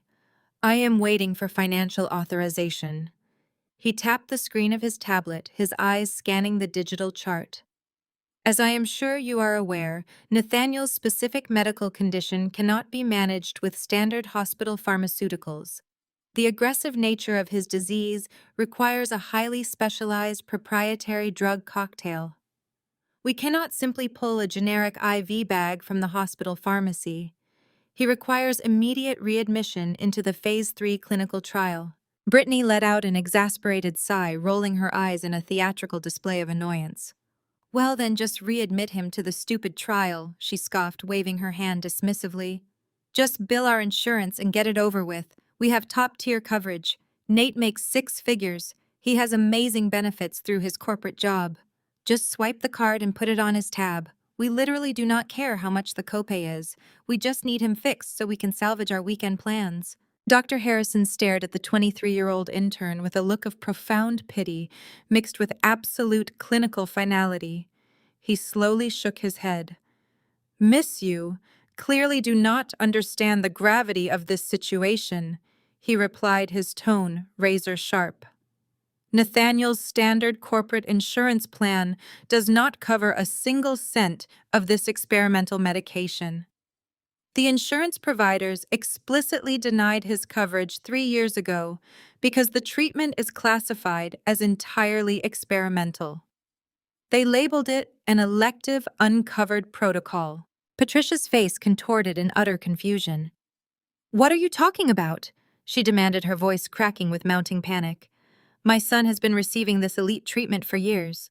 He told me his insurance covered everything because he is a senior manager. Dr. Harrison sighed, tapping the glass screen of his iPad. He turned the device around so both women could clearly see the glaring red text across Nathaniel's billing profile. He has never paid a dime because he was receiving a private, fully funded medical grant. Dr. Harrison explained, completely dismantling their false reality. That grant was officially revoked this morning. The only way to administer the life-saving trial medication now is to process it as a direct out-of-pocket expense. Brittany scoffed again, though a slight tremor of uncertainty crept into her voice. Fine, whatever. Just tell us exactly how much it costs, so we can write a check and get him out of this horrible hospital immediately. Dr. Harrison looked her dead in the eye. The medication costs $80,000 per month. It is payable immediately entirely in cash or certified bank transfer. We do not accept payment plans for experimental trial drugs. The words hit the two women like a physical shockwave. Brittany's jaw literally dropped open. All the arrogant entitlement drained instantly from her face, leaving behind an expression of absolute horror. $80,000, Patricia choked out, her knees visibly buckling. A month. That is impossible. No medication costs that much. Nathaniel does not have that kind of liquid cash sitting around. Dr. Harrison pulled the tablet back and tucked it under his arm. That is the exact cost of the trial drug, he confirmed clinically. If you cannot provide financial authorization for the $80,000 tonight, I will be forced to move Nathaniel to the standard palliative care ward. We will manage his pain, but his kidneys will shut down entirely within a few weeks. The doctor turned and walked back through the heavy double doors, leaving the two women standing paralyzed in the harsh fluorescent light of the emergency room lobby. They had just burned through $150,000 on a country club deposit, designer dresses, and a luxury sports car. They were now completely bankrupt, staring down an impossible medical bill, with absolutely zero way to save the man they had just helped destroy my life for. Patricia stood completely frozen, her manicured hands trembling violently at her sides. The reality of the $80,000 monthly price tag was actively short-circuiting her brain. Brittany simply stared at the empty space where the doctor had been standing moments before. Her mouth hung slightly open, her eyes wide with mounting terror. Suddenly, Patricia snapped out of her paralyzed state. She slammed her hand against the doors, pushing back into the triage hallway. She marched directly up to the nurse's station where Dr. Harrison was charting notes. There has been a massive administrative error, Patricia declared, her voice echoing shrilly down the sterile corridor. She dug frantically into her designer purse and pulled out a plastic medical insurance card. She slapped it onto the counter. Nathaniel is a senior regional manager. He has premium platinum tier health insurance through his corporation. I know his premium coverage paid for his treatments. Run the card again. Call the provider right now and fix this ridiculous mistake. Dr. Harrison did not reach for the card. He looked at the plastic square, then back up at the desperate mother. Mom, I do not need to call the provider, Dr. Harrison stated with chilling calm. I was the attending physician 3 years ago when Nathaniel first crashed. I was the one who submitted the initial request for the clinical trial to his insurance company. They did not just deny the claim, They laughed at it. Patricia shook her head back and forth. No, you are wrong. My son makes 6 figures. His benefits package is impeccable. He said his company took care of absolutely everything. Your son lied to you to protect his ego, Dr. Harrison corrected sharply. He turned his monitor so Patricia and Brittany could see the screen. I am looking at the original explanation of benefits from 3 years ago. The insurance company issued a hard denial. They classified the trial medication as strictly experimental and deemed it not medically necessary for survival. They refused to authorize a single cent. They offered standard dialysis and nothing more. Brittany stepped forward, her expensive high heels clicking nervously. But he has been getting the treatments. She stammered, her voice stripped of all its previous arrogance. He has been going to the private clinic every month. If his insurance never covered it, then how did he pay for it? We know he did not have that kind of cash. Dr. Harrison looked at the young intern with a mixture of professional patience and absolute disdain. The hospital never billed Nathaniel. Dr. Harrison explained, clearly articulating every single syllable. For the last 3 years, the entire cost of his medical care was automatically routed to a third-party corporate sponsor. Every single month, a private corporate entity paid the $80,000 invoice in full and cash on his behalf. Patricia gripped the hard edge of the nurse's station counter, her knuckles turning a stark, translucent white. What corporate entity, she demanded. Who was paying the bills? Dr. Harrison pulled up a new digital document on his screen. The funding was provided through an exclusive program called the Spousal Compassionate Care Grant. It is a private medical endowment fully funded by a medical concierge firm based right here in Chicago. The sole founder and chief executive officer of that firm is Clara. The name dropped into the hallway like a live grenade. Patricia actually stumbled backward, physically recoiling as if she had been struck across the face. Brittany let out a sharp, horrified gasp.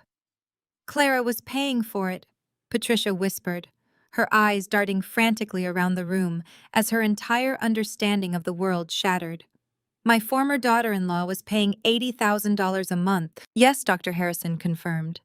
Clara utilized her corporate authority to create a customized medical grant specifically to keep your son alive. However, that grant comes with strict, non-negotiable legal parameters.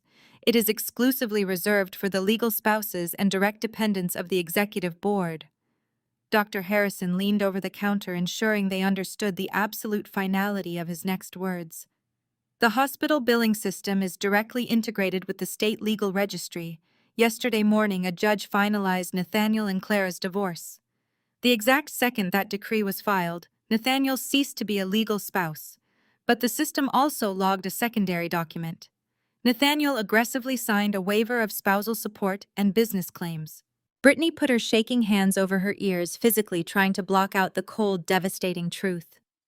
By signing that waiver, Dr. Harrison continued Nathaniel legally and irreversibly terminated his eligibility for the Spousal Compassionate Care Grant. He did not just lose his standard insurance. He signed a legally binding contract barring him from ever claiming a single benefit from Clara's corporation again. He literally signed away his own life support to expedite his divorce. Patricia let out a hollow, agonizing moan. The devastating math finally clicked in her head.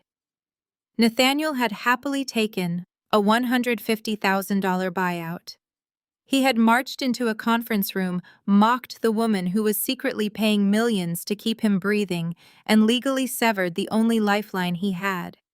And he had done it all just to impress the 23-year-old girl currently standing frozen beside her.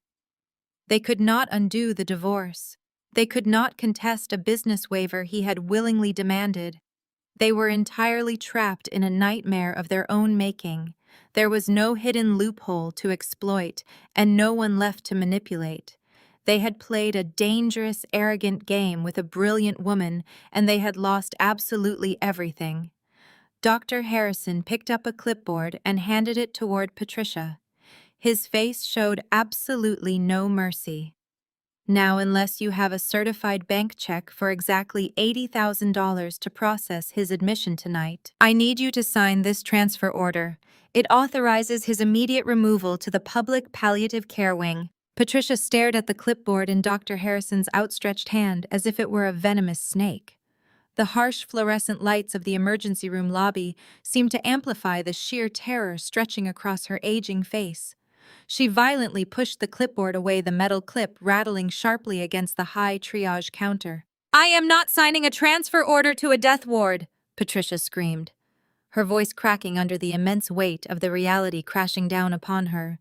"You are a doctor. You took an oath to save lives. You cannot just refuse to treat my son because of a technicality. There are federal laws protecting patients. We will just use COBRA." Yes, that is it. Nathaniel has the legal right to elect COBRA continuation coverage for his health benefits. We will just pay the monthly premium to stay on his previous plan. Dr. Harrison slowly lowered the clipboard. He looked at Patricia with a weary, intensely clinical gaze. He had spent years dealing with families who refused to accept medical realities, but this specific situation was entirely born out of pure arrogance and greed. "Ma'am, I strongly suggest you listen to the words I am saying," Dr. Harrison replied, speaking slowly and deliberately. COBRA is a federal law that applies to standard employer-sponsored group health insurance plans. Nathaniel's standard corporate health insurance was canceled the moment he lost his job due to his prolonged absences, and even when he had it, they completely denied this experimental treatment. The $80,000 monthly treatments were never part of a standard health insurance package. Patricia frantically shook her head, grasping at invisible straws. But Clara paid for it. Clara covered him. He was a dependent on her corporate policy. We will just use COBRA on Clara's corporate policy. Dr. Harrison let out a heavy, exasperated sigh. Clara did not use a standard insurance policy, Patricia. As the sole proprietor of her medical concierge firm, Clara created a proprietary private corporate grant. It was an internal philanthropic mechanism designed entirely at her own discretion, legally classified as a spousal benefit under her specific LLC. It is not an insurance plan. It is a private corporate asset. COBRA does not apply to private corporate assets. Brittany took a step backward, her designer heels clicking nervously against the polished linoleum. Her perfectly contoured face was drained of all color. "You are saying there is absolutely no loophole?" Brittany asked, her voice trembling with the realization of the absolute nightmare unfolding around them. "There is no loophole," Dr. Harrison confirmed firmly. Nathaniel marched into a legal office yesterday and eagerly signed a waiver of spousal support and business claims. He legally swore that he had no right, title, or interest in Clara's business assets.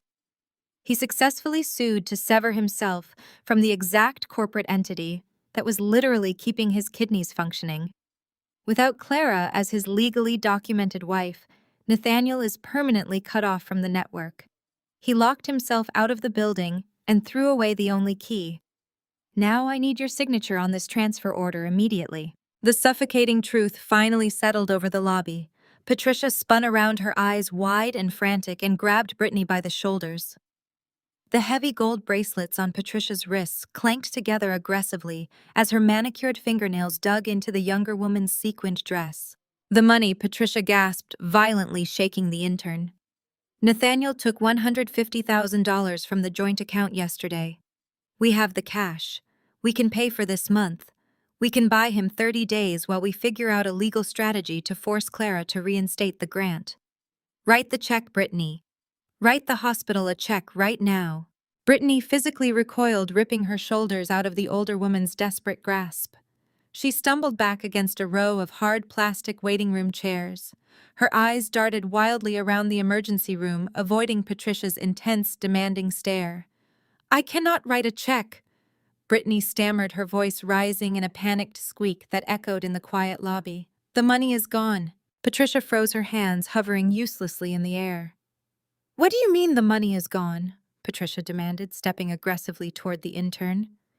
"It has only been 24 hours. It was $150,000 in liquid cash. Where is the money?" Brittany crossed her arms defensively, clutching her expensive purse tight against her chest, as if it could protect her from the wrath of her future mother-in-law. "We spent it," she yelled defensively. Nate said we needed to establish our new lifestyle immediately so nobody would think Clara won the divorce. We went straight from the law firm to the Oakwood Country Club.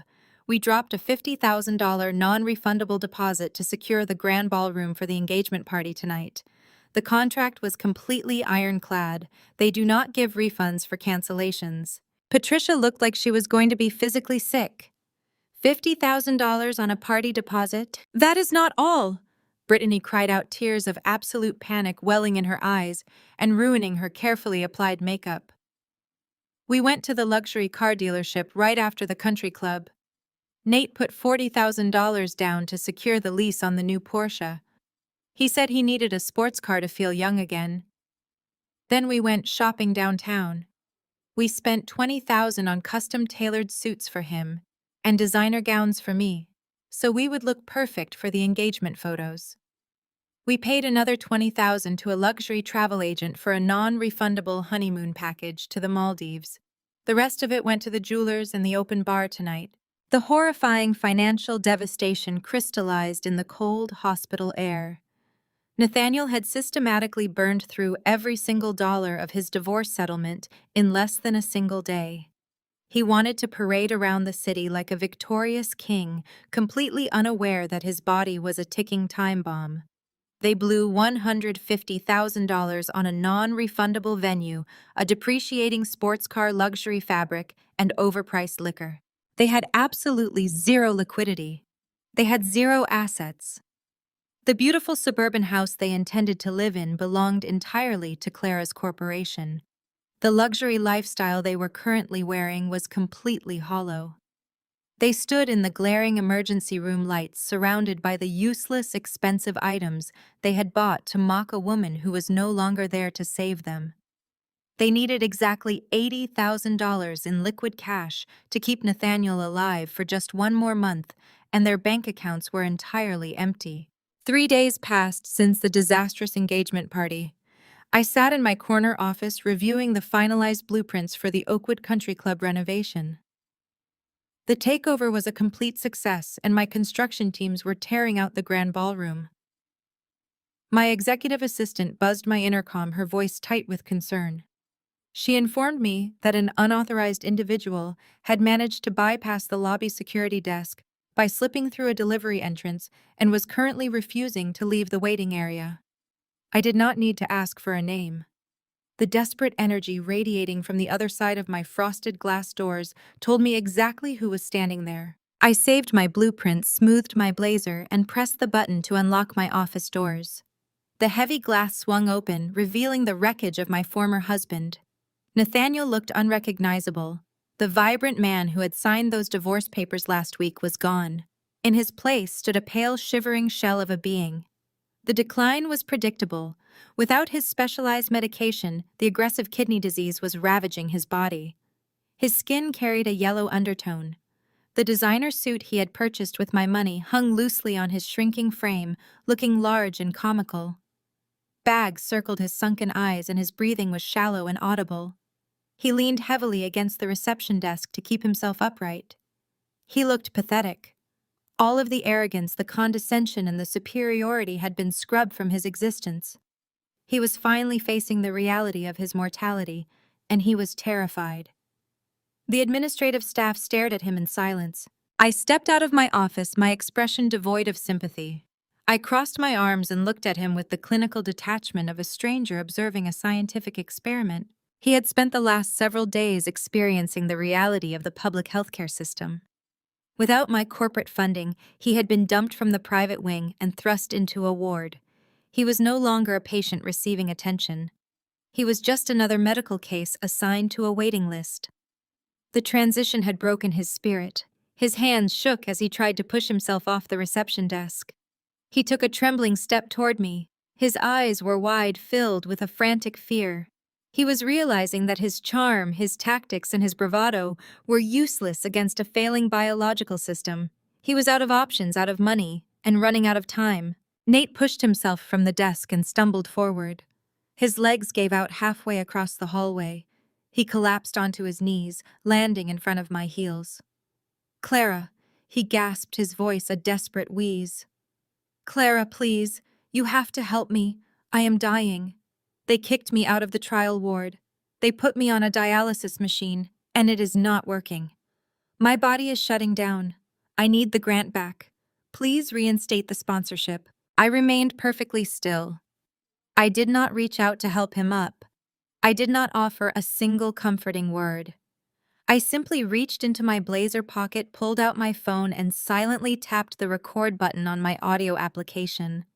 I wanted every single syllable of this pathetic, desperate display permanently documented for my legal team. You signed a legally binding business waiver, Nathaniel, I stated very coldly. You willingly terminated your own coverage. I was an idiot, he cried out, tears streaming freely down his sickly gray face. He grabbed the hem of my blazer, looking up at me with sheer, unfiltered desperation. I was confused. I was not thinking straight. It was Brittany. She manipulated me into rushing the paperwork. She only wanted the money and the cars. She is a stupid, greedy mistake. I never loved her, Clara. I only ever loved you. Please just remarry me. We can do it quietly on paper. We can go to a judge today and void the divorce.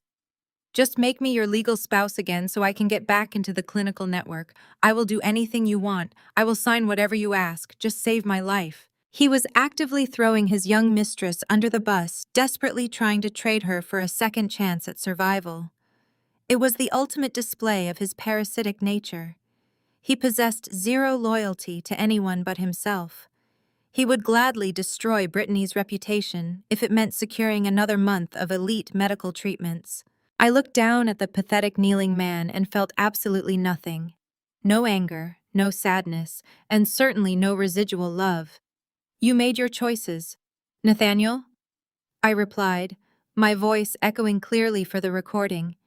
You chose to betray my trust, steal my money, and legally sever yourself from my company. You cannot simply undo a divorce because you suddenly realized your intern cannot afford your medical bills. I am not your wife.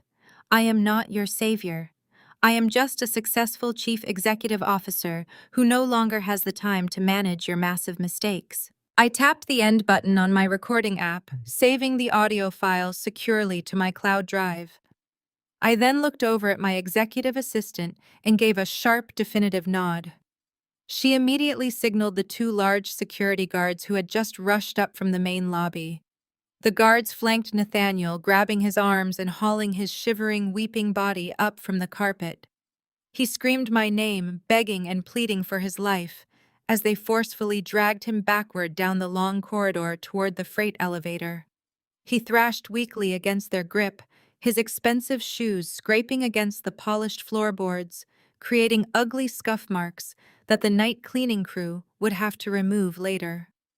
I turned around, walked back into my corner office, and securely locked the heavy glass doors behind me, leaving his desperate, very pathetic cries now fading entirely into the distance. 2 days later, my schedule demanded a visit to the Central Hospital. I was not there for personal reasons or lingering sentiments. I was finalizing a highly lucrative partnership between my corporate network and the hospital administration board. Dressed in a sharp cream suit, I walked through the expansive glass atrium of the main lobby alongside my executive team.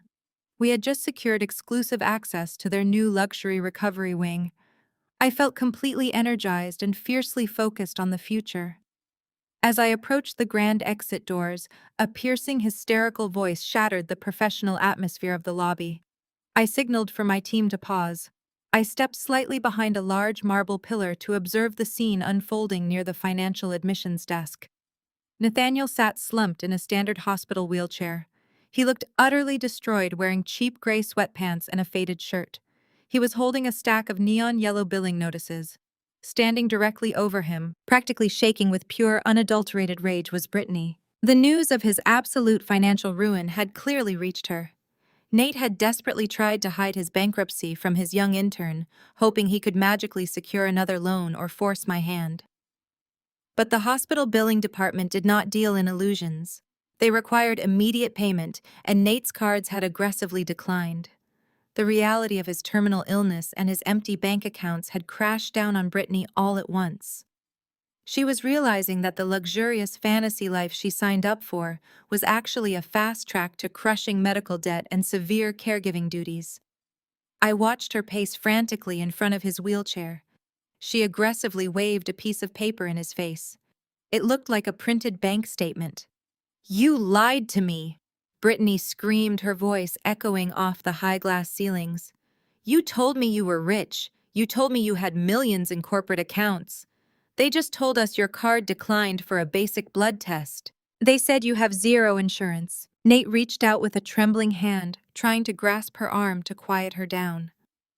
"Brittany, keep your voice down," he begged, looking around nervously at the staring nurses and patients. "I can fix this. I just need a little time to reorganize my assets. My mother is going to sell her house. We will get the money." Brittany violently yanked her arm away from his weak grip. "Sell her house!" the intern shrieked, laughing hysterically. "That will not even cover your hospital stay for the month. You are dying, Nate. You are literally dying, and you have absolutely nothing left. You dragged me out of my apartment and made me quit my job because you promised me a luxury lifestyle. Now you want me to sit in a public ward and watch you rot. I am 23 years old. I am not spending my 20s playing a broke unpaid nurse to a dead man walking." Nate looked absolutely devastated. The young, beautiful prize he had blown up his entire marriage to secure was publicly humiliating him in the middle of a crowded hospital lobby. He tried to appeal to her emotions completely, forgetting that girls who date married men for Porsches do not possess genuine empathy. "We love each other," Nate pleaded, his voice cracking with desperation and physical pain. "We are engaged, Brittany. We are supposed to be a team." Brittany scoffed loudly, a sound of pure disgust. "Do not talk to me about being a team, you absolute fraud." She reached into her designer purse and aggressively pulled out a small velvet box. She snapped it open and pulled out the large, glittering engagement ring Nate had given her just weeks ago. The ring he had purchased right after draining my bank account. "You want to talk about lies?" Brittany yelled, holding the ring up to the harsh fluorescent lights. "I took this to a private jeweler yesterday because I wanted to insure it. I wanted to make sure my massive diamond was protected." "Do you know what the appraiser told me, Nate?" He laughed in my face. "He told me this giant rock is moissanite. It is a cheap lab-grown fake.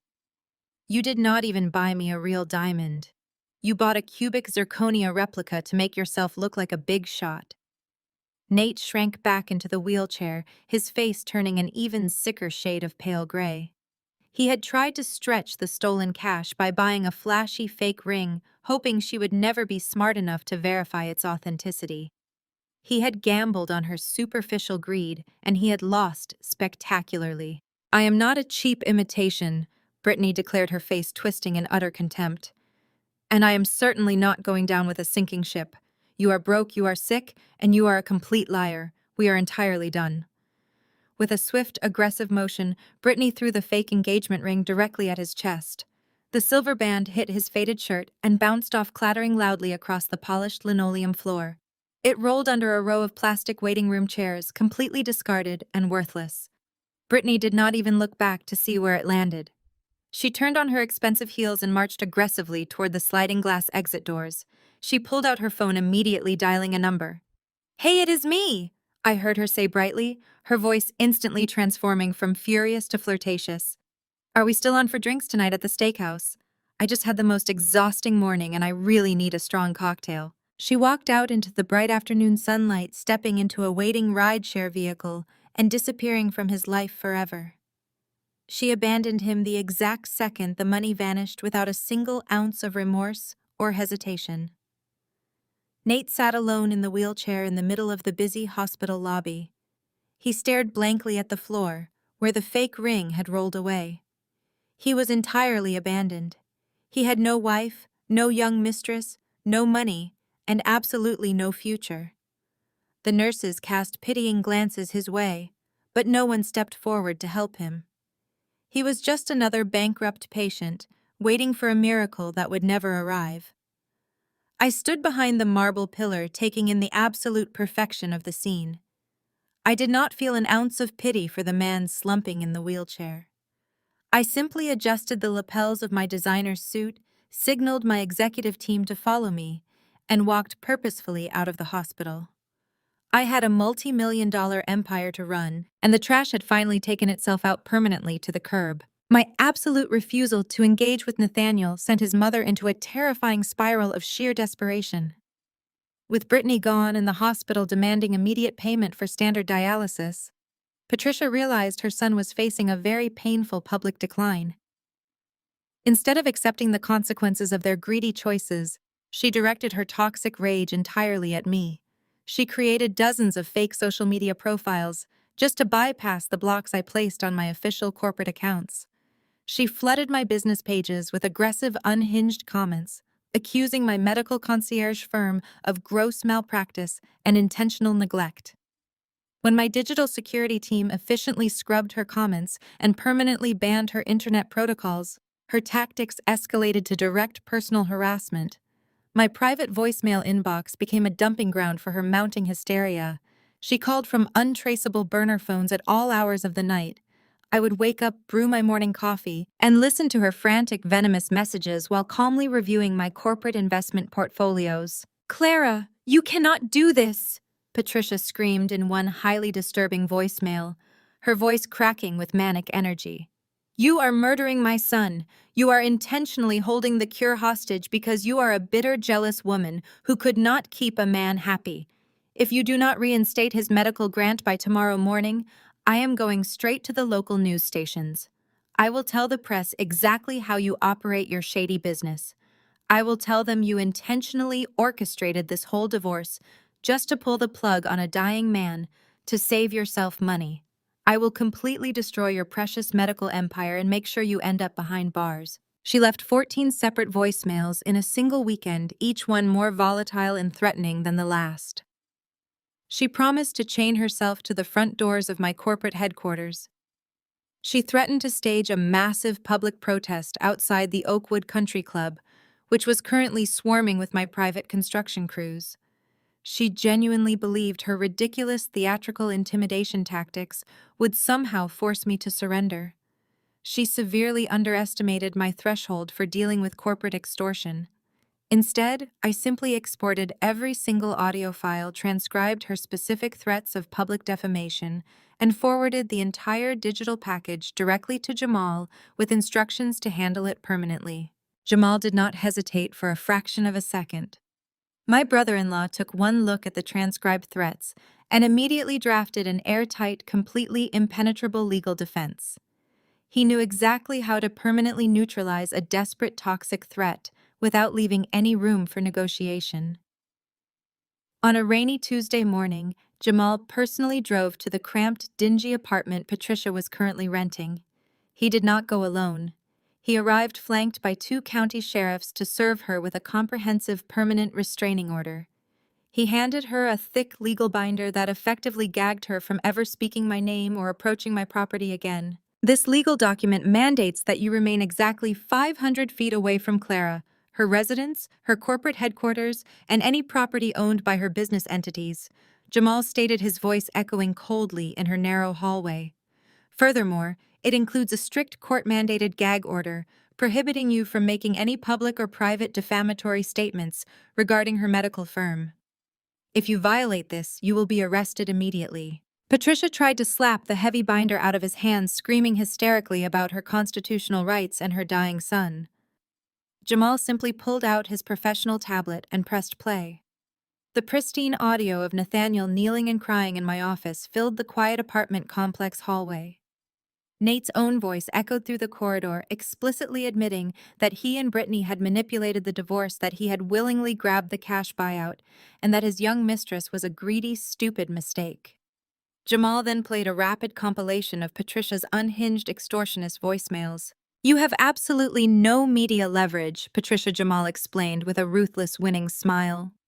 "If you contact a single news outlet or post another defamatory comment online, I will hand these recordings directly to their legal departments." I will decisively prove that your son committed financial fraud during his divorce proceedings, and I will personally see to it that you are charged with criminal extortion. You will spend your son's final days sitting in a county jail cell rather than at his bedside." The threat of actual immediate prison time finally shattered her manic bravado. The heavy legal binder trembled in her hands as the armed police officers sternly warned her to fully comply with the court order. She was entirely silenced, stripped of her final weapon. But the absolute final blow did not even come from my legal team. It came from the relentless machinery of the American healthcare system. As Jamal turned to walk away, Patricia's cell phone began to ring loudly from inside her cheap apartment living room. It was not a reporter returning her call, or a sympathetic friend offering a shoulder to cry on. It was a corporate medical debt collector. Because Nathaniel had aggressively drained his bank accounts to fund a fake luxury lifestyle, with an intern, he had officially defaulted on his standard hospital admission fees. He had no valid insurance, zero liquid assets, and absolutely no way to pay for the continuous public dialysis keeping his failing body alive. The highly aggressive hospital collections department had officially bypassed his empty bank accounts and was now actively pursuing his documented next of kin. Patricia was now legally and financially on the hook for the staggering costs of his intensive care unit stay. She was now entirely trapped, silenced by the harsh reality of the law and actively drowning in her son's truly massive medical debt. She had enabled his horrific behavior for years, cheering him on as he betrayed me, and now she was being forced to foot the catastrophic bill for his incredibly reckless choices in life. 6 months passed with the rapid, unyielding momentum of a falling guillotine. The harsh reality of the standard public healthcare system completely broke Nathaniel. Without my company's $80,000 monthly medical grant, his body rapidly surrendered to the aggressive kidney disease. He was permanently relegated to a crowded, poorly lit public dialysis clinic. 3 days a week, he sat in a cracked vinyl chair for hours, hooked up to a loud, rhythmic machine that merely delayed the inevitable failure of his internal organs. The vibrant, arrogant man, who had proudly paraded an intern around an upscale country club, was entirely gone. His skin turned a permanent sickly yellow, and his once athletic frame withered away into fragile, exhausted bones. He spent his days staring blankly at peeling apartment walls, consumed by the agonizing realization of what he had so willingly thrown away for a fleeting moment of inflated ego. Patricia's arrogant suburban kingdom collapsed right alongside her son's fading health. The aggressive hospital collection agencies were completely merciless. When the enormous intensive care unit bills collided with the crippling debt from Nathaniel's reckless divorce spending spree, her financial foundation instantly shattered. To avoid complete legal bankruptcy and potential fraud charges regarding the sports car dealership, Patricia was forced into a brutal, humiliating fire sale. She had to liquidate her beautiful, meticulously decorated suburban home at a massive loss. The designer furniture, the expensive gold jewelry, and the elite country club memberships were all aggressively auctioned off, just to keep her and her son out of a debtor's prison. They relocated to a cramped, dingy 2-bedroom apartment on the extreme industrial outskirts of the city. The thin, poorly insulated walls offered absolutely no protection from the noise of the busy street below or the constant, depressing hum of Nathaniel's portable medical equipment. There were no more lavish dinner parties, no more bragging to wealthy neighbors, and no more young mistresses pretending to be in love. Patricia spent her days navigating a terrifying maze of unpaid utility bills and strict government assistance forms. The crushing weight of caregiving aged her an entire decade in just 6 short months. She was trapped in a miserable, suffocating reality, entirely isolated from the privileged world she once ruthlessly ruled. Driven by pure desperation and a stubborn refusal to accept defeat, Patricia attempted one final, highly manipulative public maneuver. She logged onto her cheap, outdated laptop and created a GoFundMe campaign. She titled it, "Save a Loving Son, Nathaniel's Medical Miracle Fund." She poured every ounce of her toxic victimhood into the campaign description. She crafted a lengthy, tear-jerking narrative about a brave, hard-working man struck down by a cruel disease in his prime. She conveniently omitted any mention of his infidelity, his massive cash buyout, or his arrogant business waiver. She framed him as a tragic hero who had been unjustly abandoned by a heartless corporate system. She set the financial goal at a staggering $200,000, begging her former country club friends, distant relatives, and extended family members to open their hearts and their wallets to save her dying boy. She aggressively shared the campaign link across every social media platform she could access, expecting a massive influx of charitable donations to roll in immediately. She sat in her dingy apartment, constantly refreshing the webpage, waiting for the suburban socialites to rescue her from her self-inflicted poverty. She waited for hours. Then she waited for days. The digital donation counter remained entirely frozen at absolute zero. Not a single former friend contributed a dime. Nobody shared the post. Nobody left a sympathetic comment.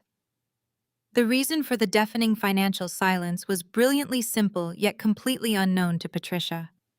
My brother-in-law Jamal never left loose ends.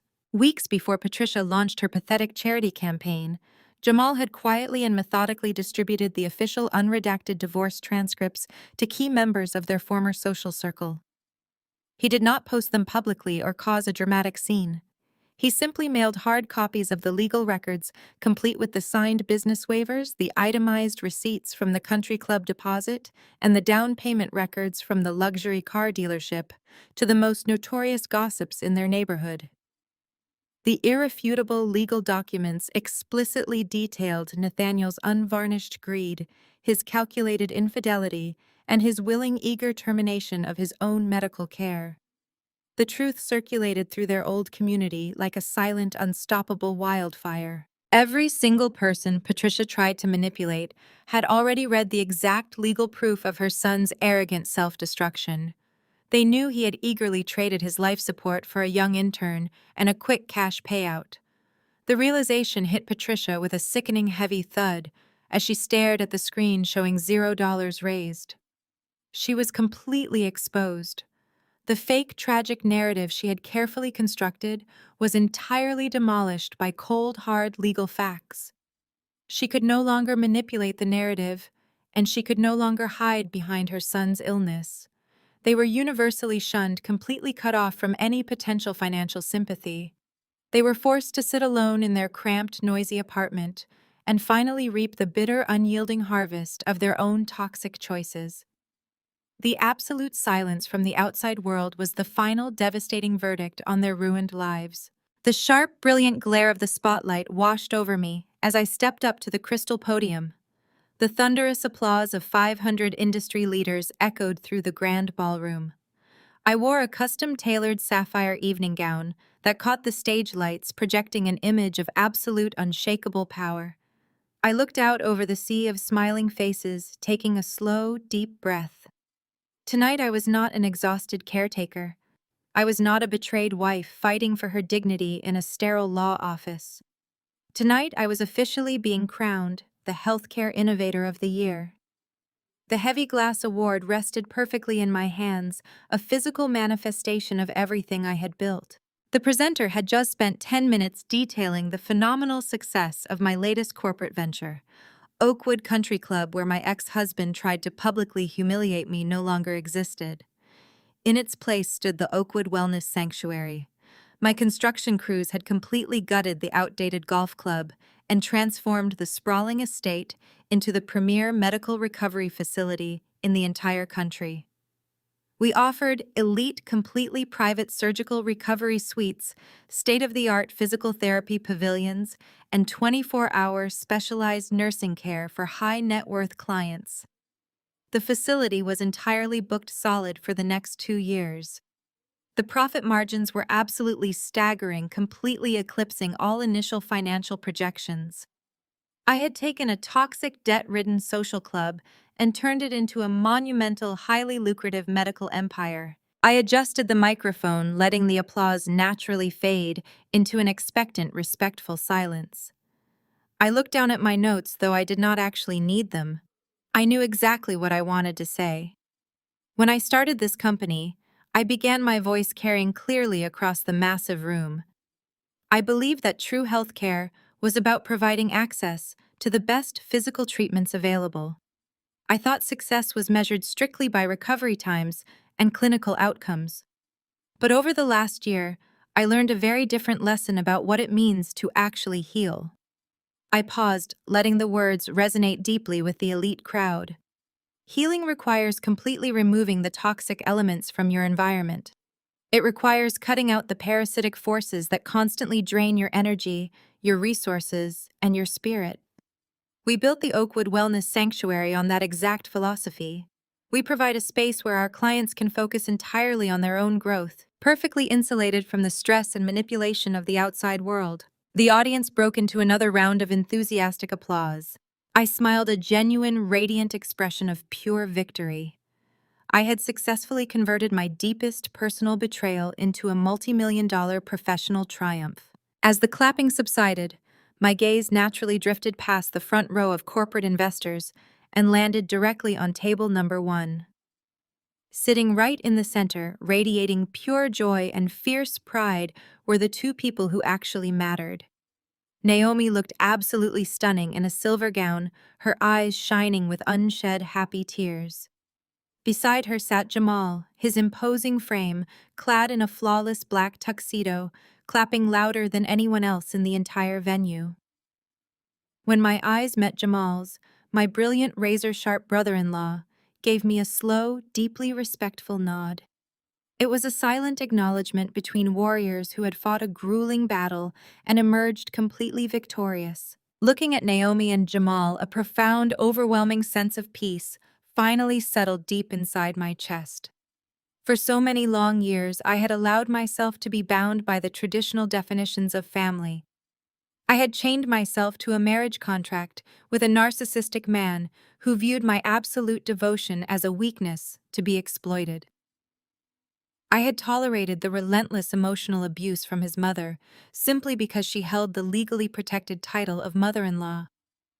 I had almost let those hollow titles destroy my sanity, my finances, and my entire future. But staring down at the glowing faces of my sister and her husband, I finally understood the absolute truth. Blood and legal marriage certificates do not automatically create a family. Real family is entirely defined by unwavering loyalty, mutual respect, and the willingness to stand in the trenches when the absolute worst storms hit. Naomi did not just offer me empty sympathies when I was terribly betrayed. She showed up at my house ready to go to war. Jamal did not just offer me standard legal advice. He meticulously crafted an impenetrable shield of corporate law, personally evicting my abusers and permanently neutralizing every single threat they tried to launch against my empire. They were the ones who held the line when my entire world threatened to collapse. They were the ones who constantly reminded me of my own lethal corporate strength when I was far too exhausted to see it myself. They were my true chosen family, and their presence in that magnificent ballroom was infinitely more valuable than any corporate award I could ever possibly hold. I raised the glass trophy, slightly aiming the gesture directly at their table. I share this honor tonight with the dedicated people who stood by my side and protected my vision. I concluded, my voice filled with unwavering gratitude. To the team that executes our mission every day, and to the family that reminds me what true loyalty actually looks like, thank you for this incredible honor. The ballroom erupted into a massive standing ovation. As I walked off the brightly lit stage, I felt significantly lighter than I had in an entire decade. I had systematically purged every ounce of dead weight from my existence. I had secured my borders, protected my assets, and surrounded myself exclusively with people who elevated my life rather than draining it. The dark, suffocating chapter of my broken marriage was completely closed. The future stretching out beautifully in front of me was bright, highly profitable, and most importantly, entirely mine to control. The applause gradually faded into the sophisticated hum of clinking crystal and lively conversation as I navigated through the crowded ballroom. Guests parted respectfully, offering congratulations and admiring nods. I accepted their warm praise with genuine quiet grace, feeling completely unburdened. As I approached a quiet high-top table near the grand floor-to-ceiling windows to catch my breath, a tall man in a meticulously tailored charcoal tuxedo stepped into my periphery. He held two glasses of sparkling water, offering one to me with a polite, unassuming smile. I recognized him immediately. Dr. David Kensington was the newly appointed chief of surgery at the city's most prestigious research hospital. He was notoriously brilliant, highly sought after, and famously averse to superficial corporate networking. He possessed a stellar reputation for surgical innovation. I took the glass expecting a standard pitch for hospital funding or a request for a vendor partnership. Instead, his opening remark caught me entirely off guard. "I read your structural proposal for the Oakwood Wellness Sanctuary," David said, his deep voice carrying over the ambient noise of the gala. "The way you integrated the post-operative physical therapy units directly adjacent to the private recovery suites is absolutely masterful. You completely eliminated the secondary transit trauma for high-risk patients. It is the most operationally efficient medical layout I have seen in my entire career." I looked at him, genuinely intrigued. He was not looking at my designer gown or my diamond earrings. He was looking directly into my eyes, speaking to me as a professional equal. He did not see me as a walking bank account or a stepping stone for his own ego. He did not seek to diminish my success to make himself feel larger. He saw the sharp strategic architect of a massive medical empire, and he was clearly impressed by my intellect. We stood by the window for the next hour, completely ignoring the elaborate social hierarchy of the gala swirling around us. We debated the future of private healthcare infrastructure, discussed the logistical nightmares of insurance billing, and shared our mutual disdain for bloated administrative protocols. His mind was incredibly sharp, constantly challenging my perspectives and elevating the conversation. He listened intently when I spoke, never once interrupting or attempting to aggressively steer the narrative back to his own accomplishments. It was a remarkably refreshing dynamic. There was no manipulation, no fragile ego demanding constant validation, and no hidden parasitic agenda. When the gala organizers finally signaled the end of the evening, David politely asked for my personal cell phone number, suggesting we continue our debate over dinner at a quiet, authentic Italian restaurant he knew downtown.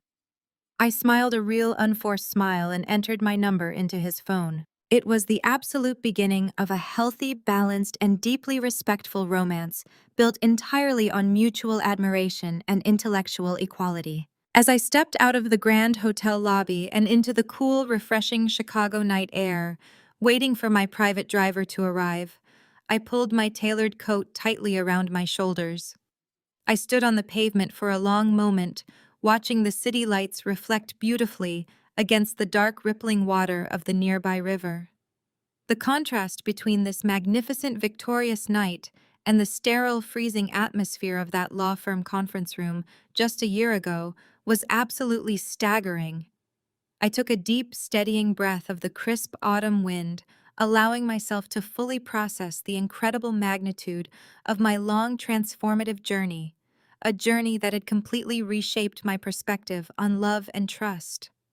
For an entire decade, I had allowed myself to be slowly drained by a man who viewed my relentless devotion as an infinite, unpayable debt. I had sacrificed my physical health, my emotional stability, and my peace of mind to save a person who happily threw me to the wolves the exact second he felt invincible. I had faced the vicious, calculated cruelty of a mother-in-law who valued a fake suburban image over basic human decency. I had watched an entitled, superficial intern try to aggressively measure my home for custom drapes, genuinely believing she could effortlessly steal the empire I had built with my own two hands. They all thought I would crumble. They fully expected me to break down in public, to surrender my hard-earned assets, and to quietly fade into the background as a tragic, defeated ex-wife. They severely underestimated the terrifying, calculated power of a woman who realizes her own absolute worth. I did not fight them with tears or hysterical emotional outbursts. I fought them with unyielding legal documents, aggressive corporate acquisitions, and the cold, unforgiving reality of the American medical system. I systematically dismantled their fake, luxurious reality and forced them to face the brutal, inescapable consequences of their own toxic greed. In doing so, I not only protected my wealth, but I completely reclaimed my soul. I learned that establishing ironclad boundaries is the ultimate act of self-preservation and personal respect. I learned that true family is not defined by shared genetics or a signed marriage certificate, but by the people who stand firmly beside you when the entire world tries to aggressively tear you down. And most importantly, I learned that my value is not determined by how much trauma I can endure for someone else. My value is inherent, permanent, and fiercely protected by my own strength. Looking up at the towering, illuminated skyline of the city I now actively conquered, I felt a profound, beautiful sense of closure. The deeply painful, agonizing wounds of the past were entirely healed, leaving behind only the tough, impenetrable scar tissue of hard-earned wisdom. I smiled, feeling completely whole, whispering my final, liberating thoughts into the cool night wind. Sometimes signing a divorce paper isn't the end of your life. It's the ultimate medical discharge, a clean bill of health allowing you to finally walk away from a toxic parasitic disease.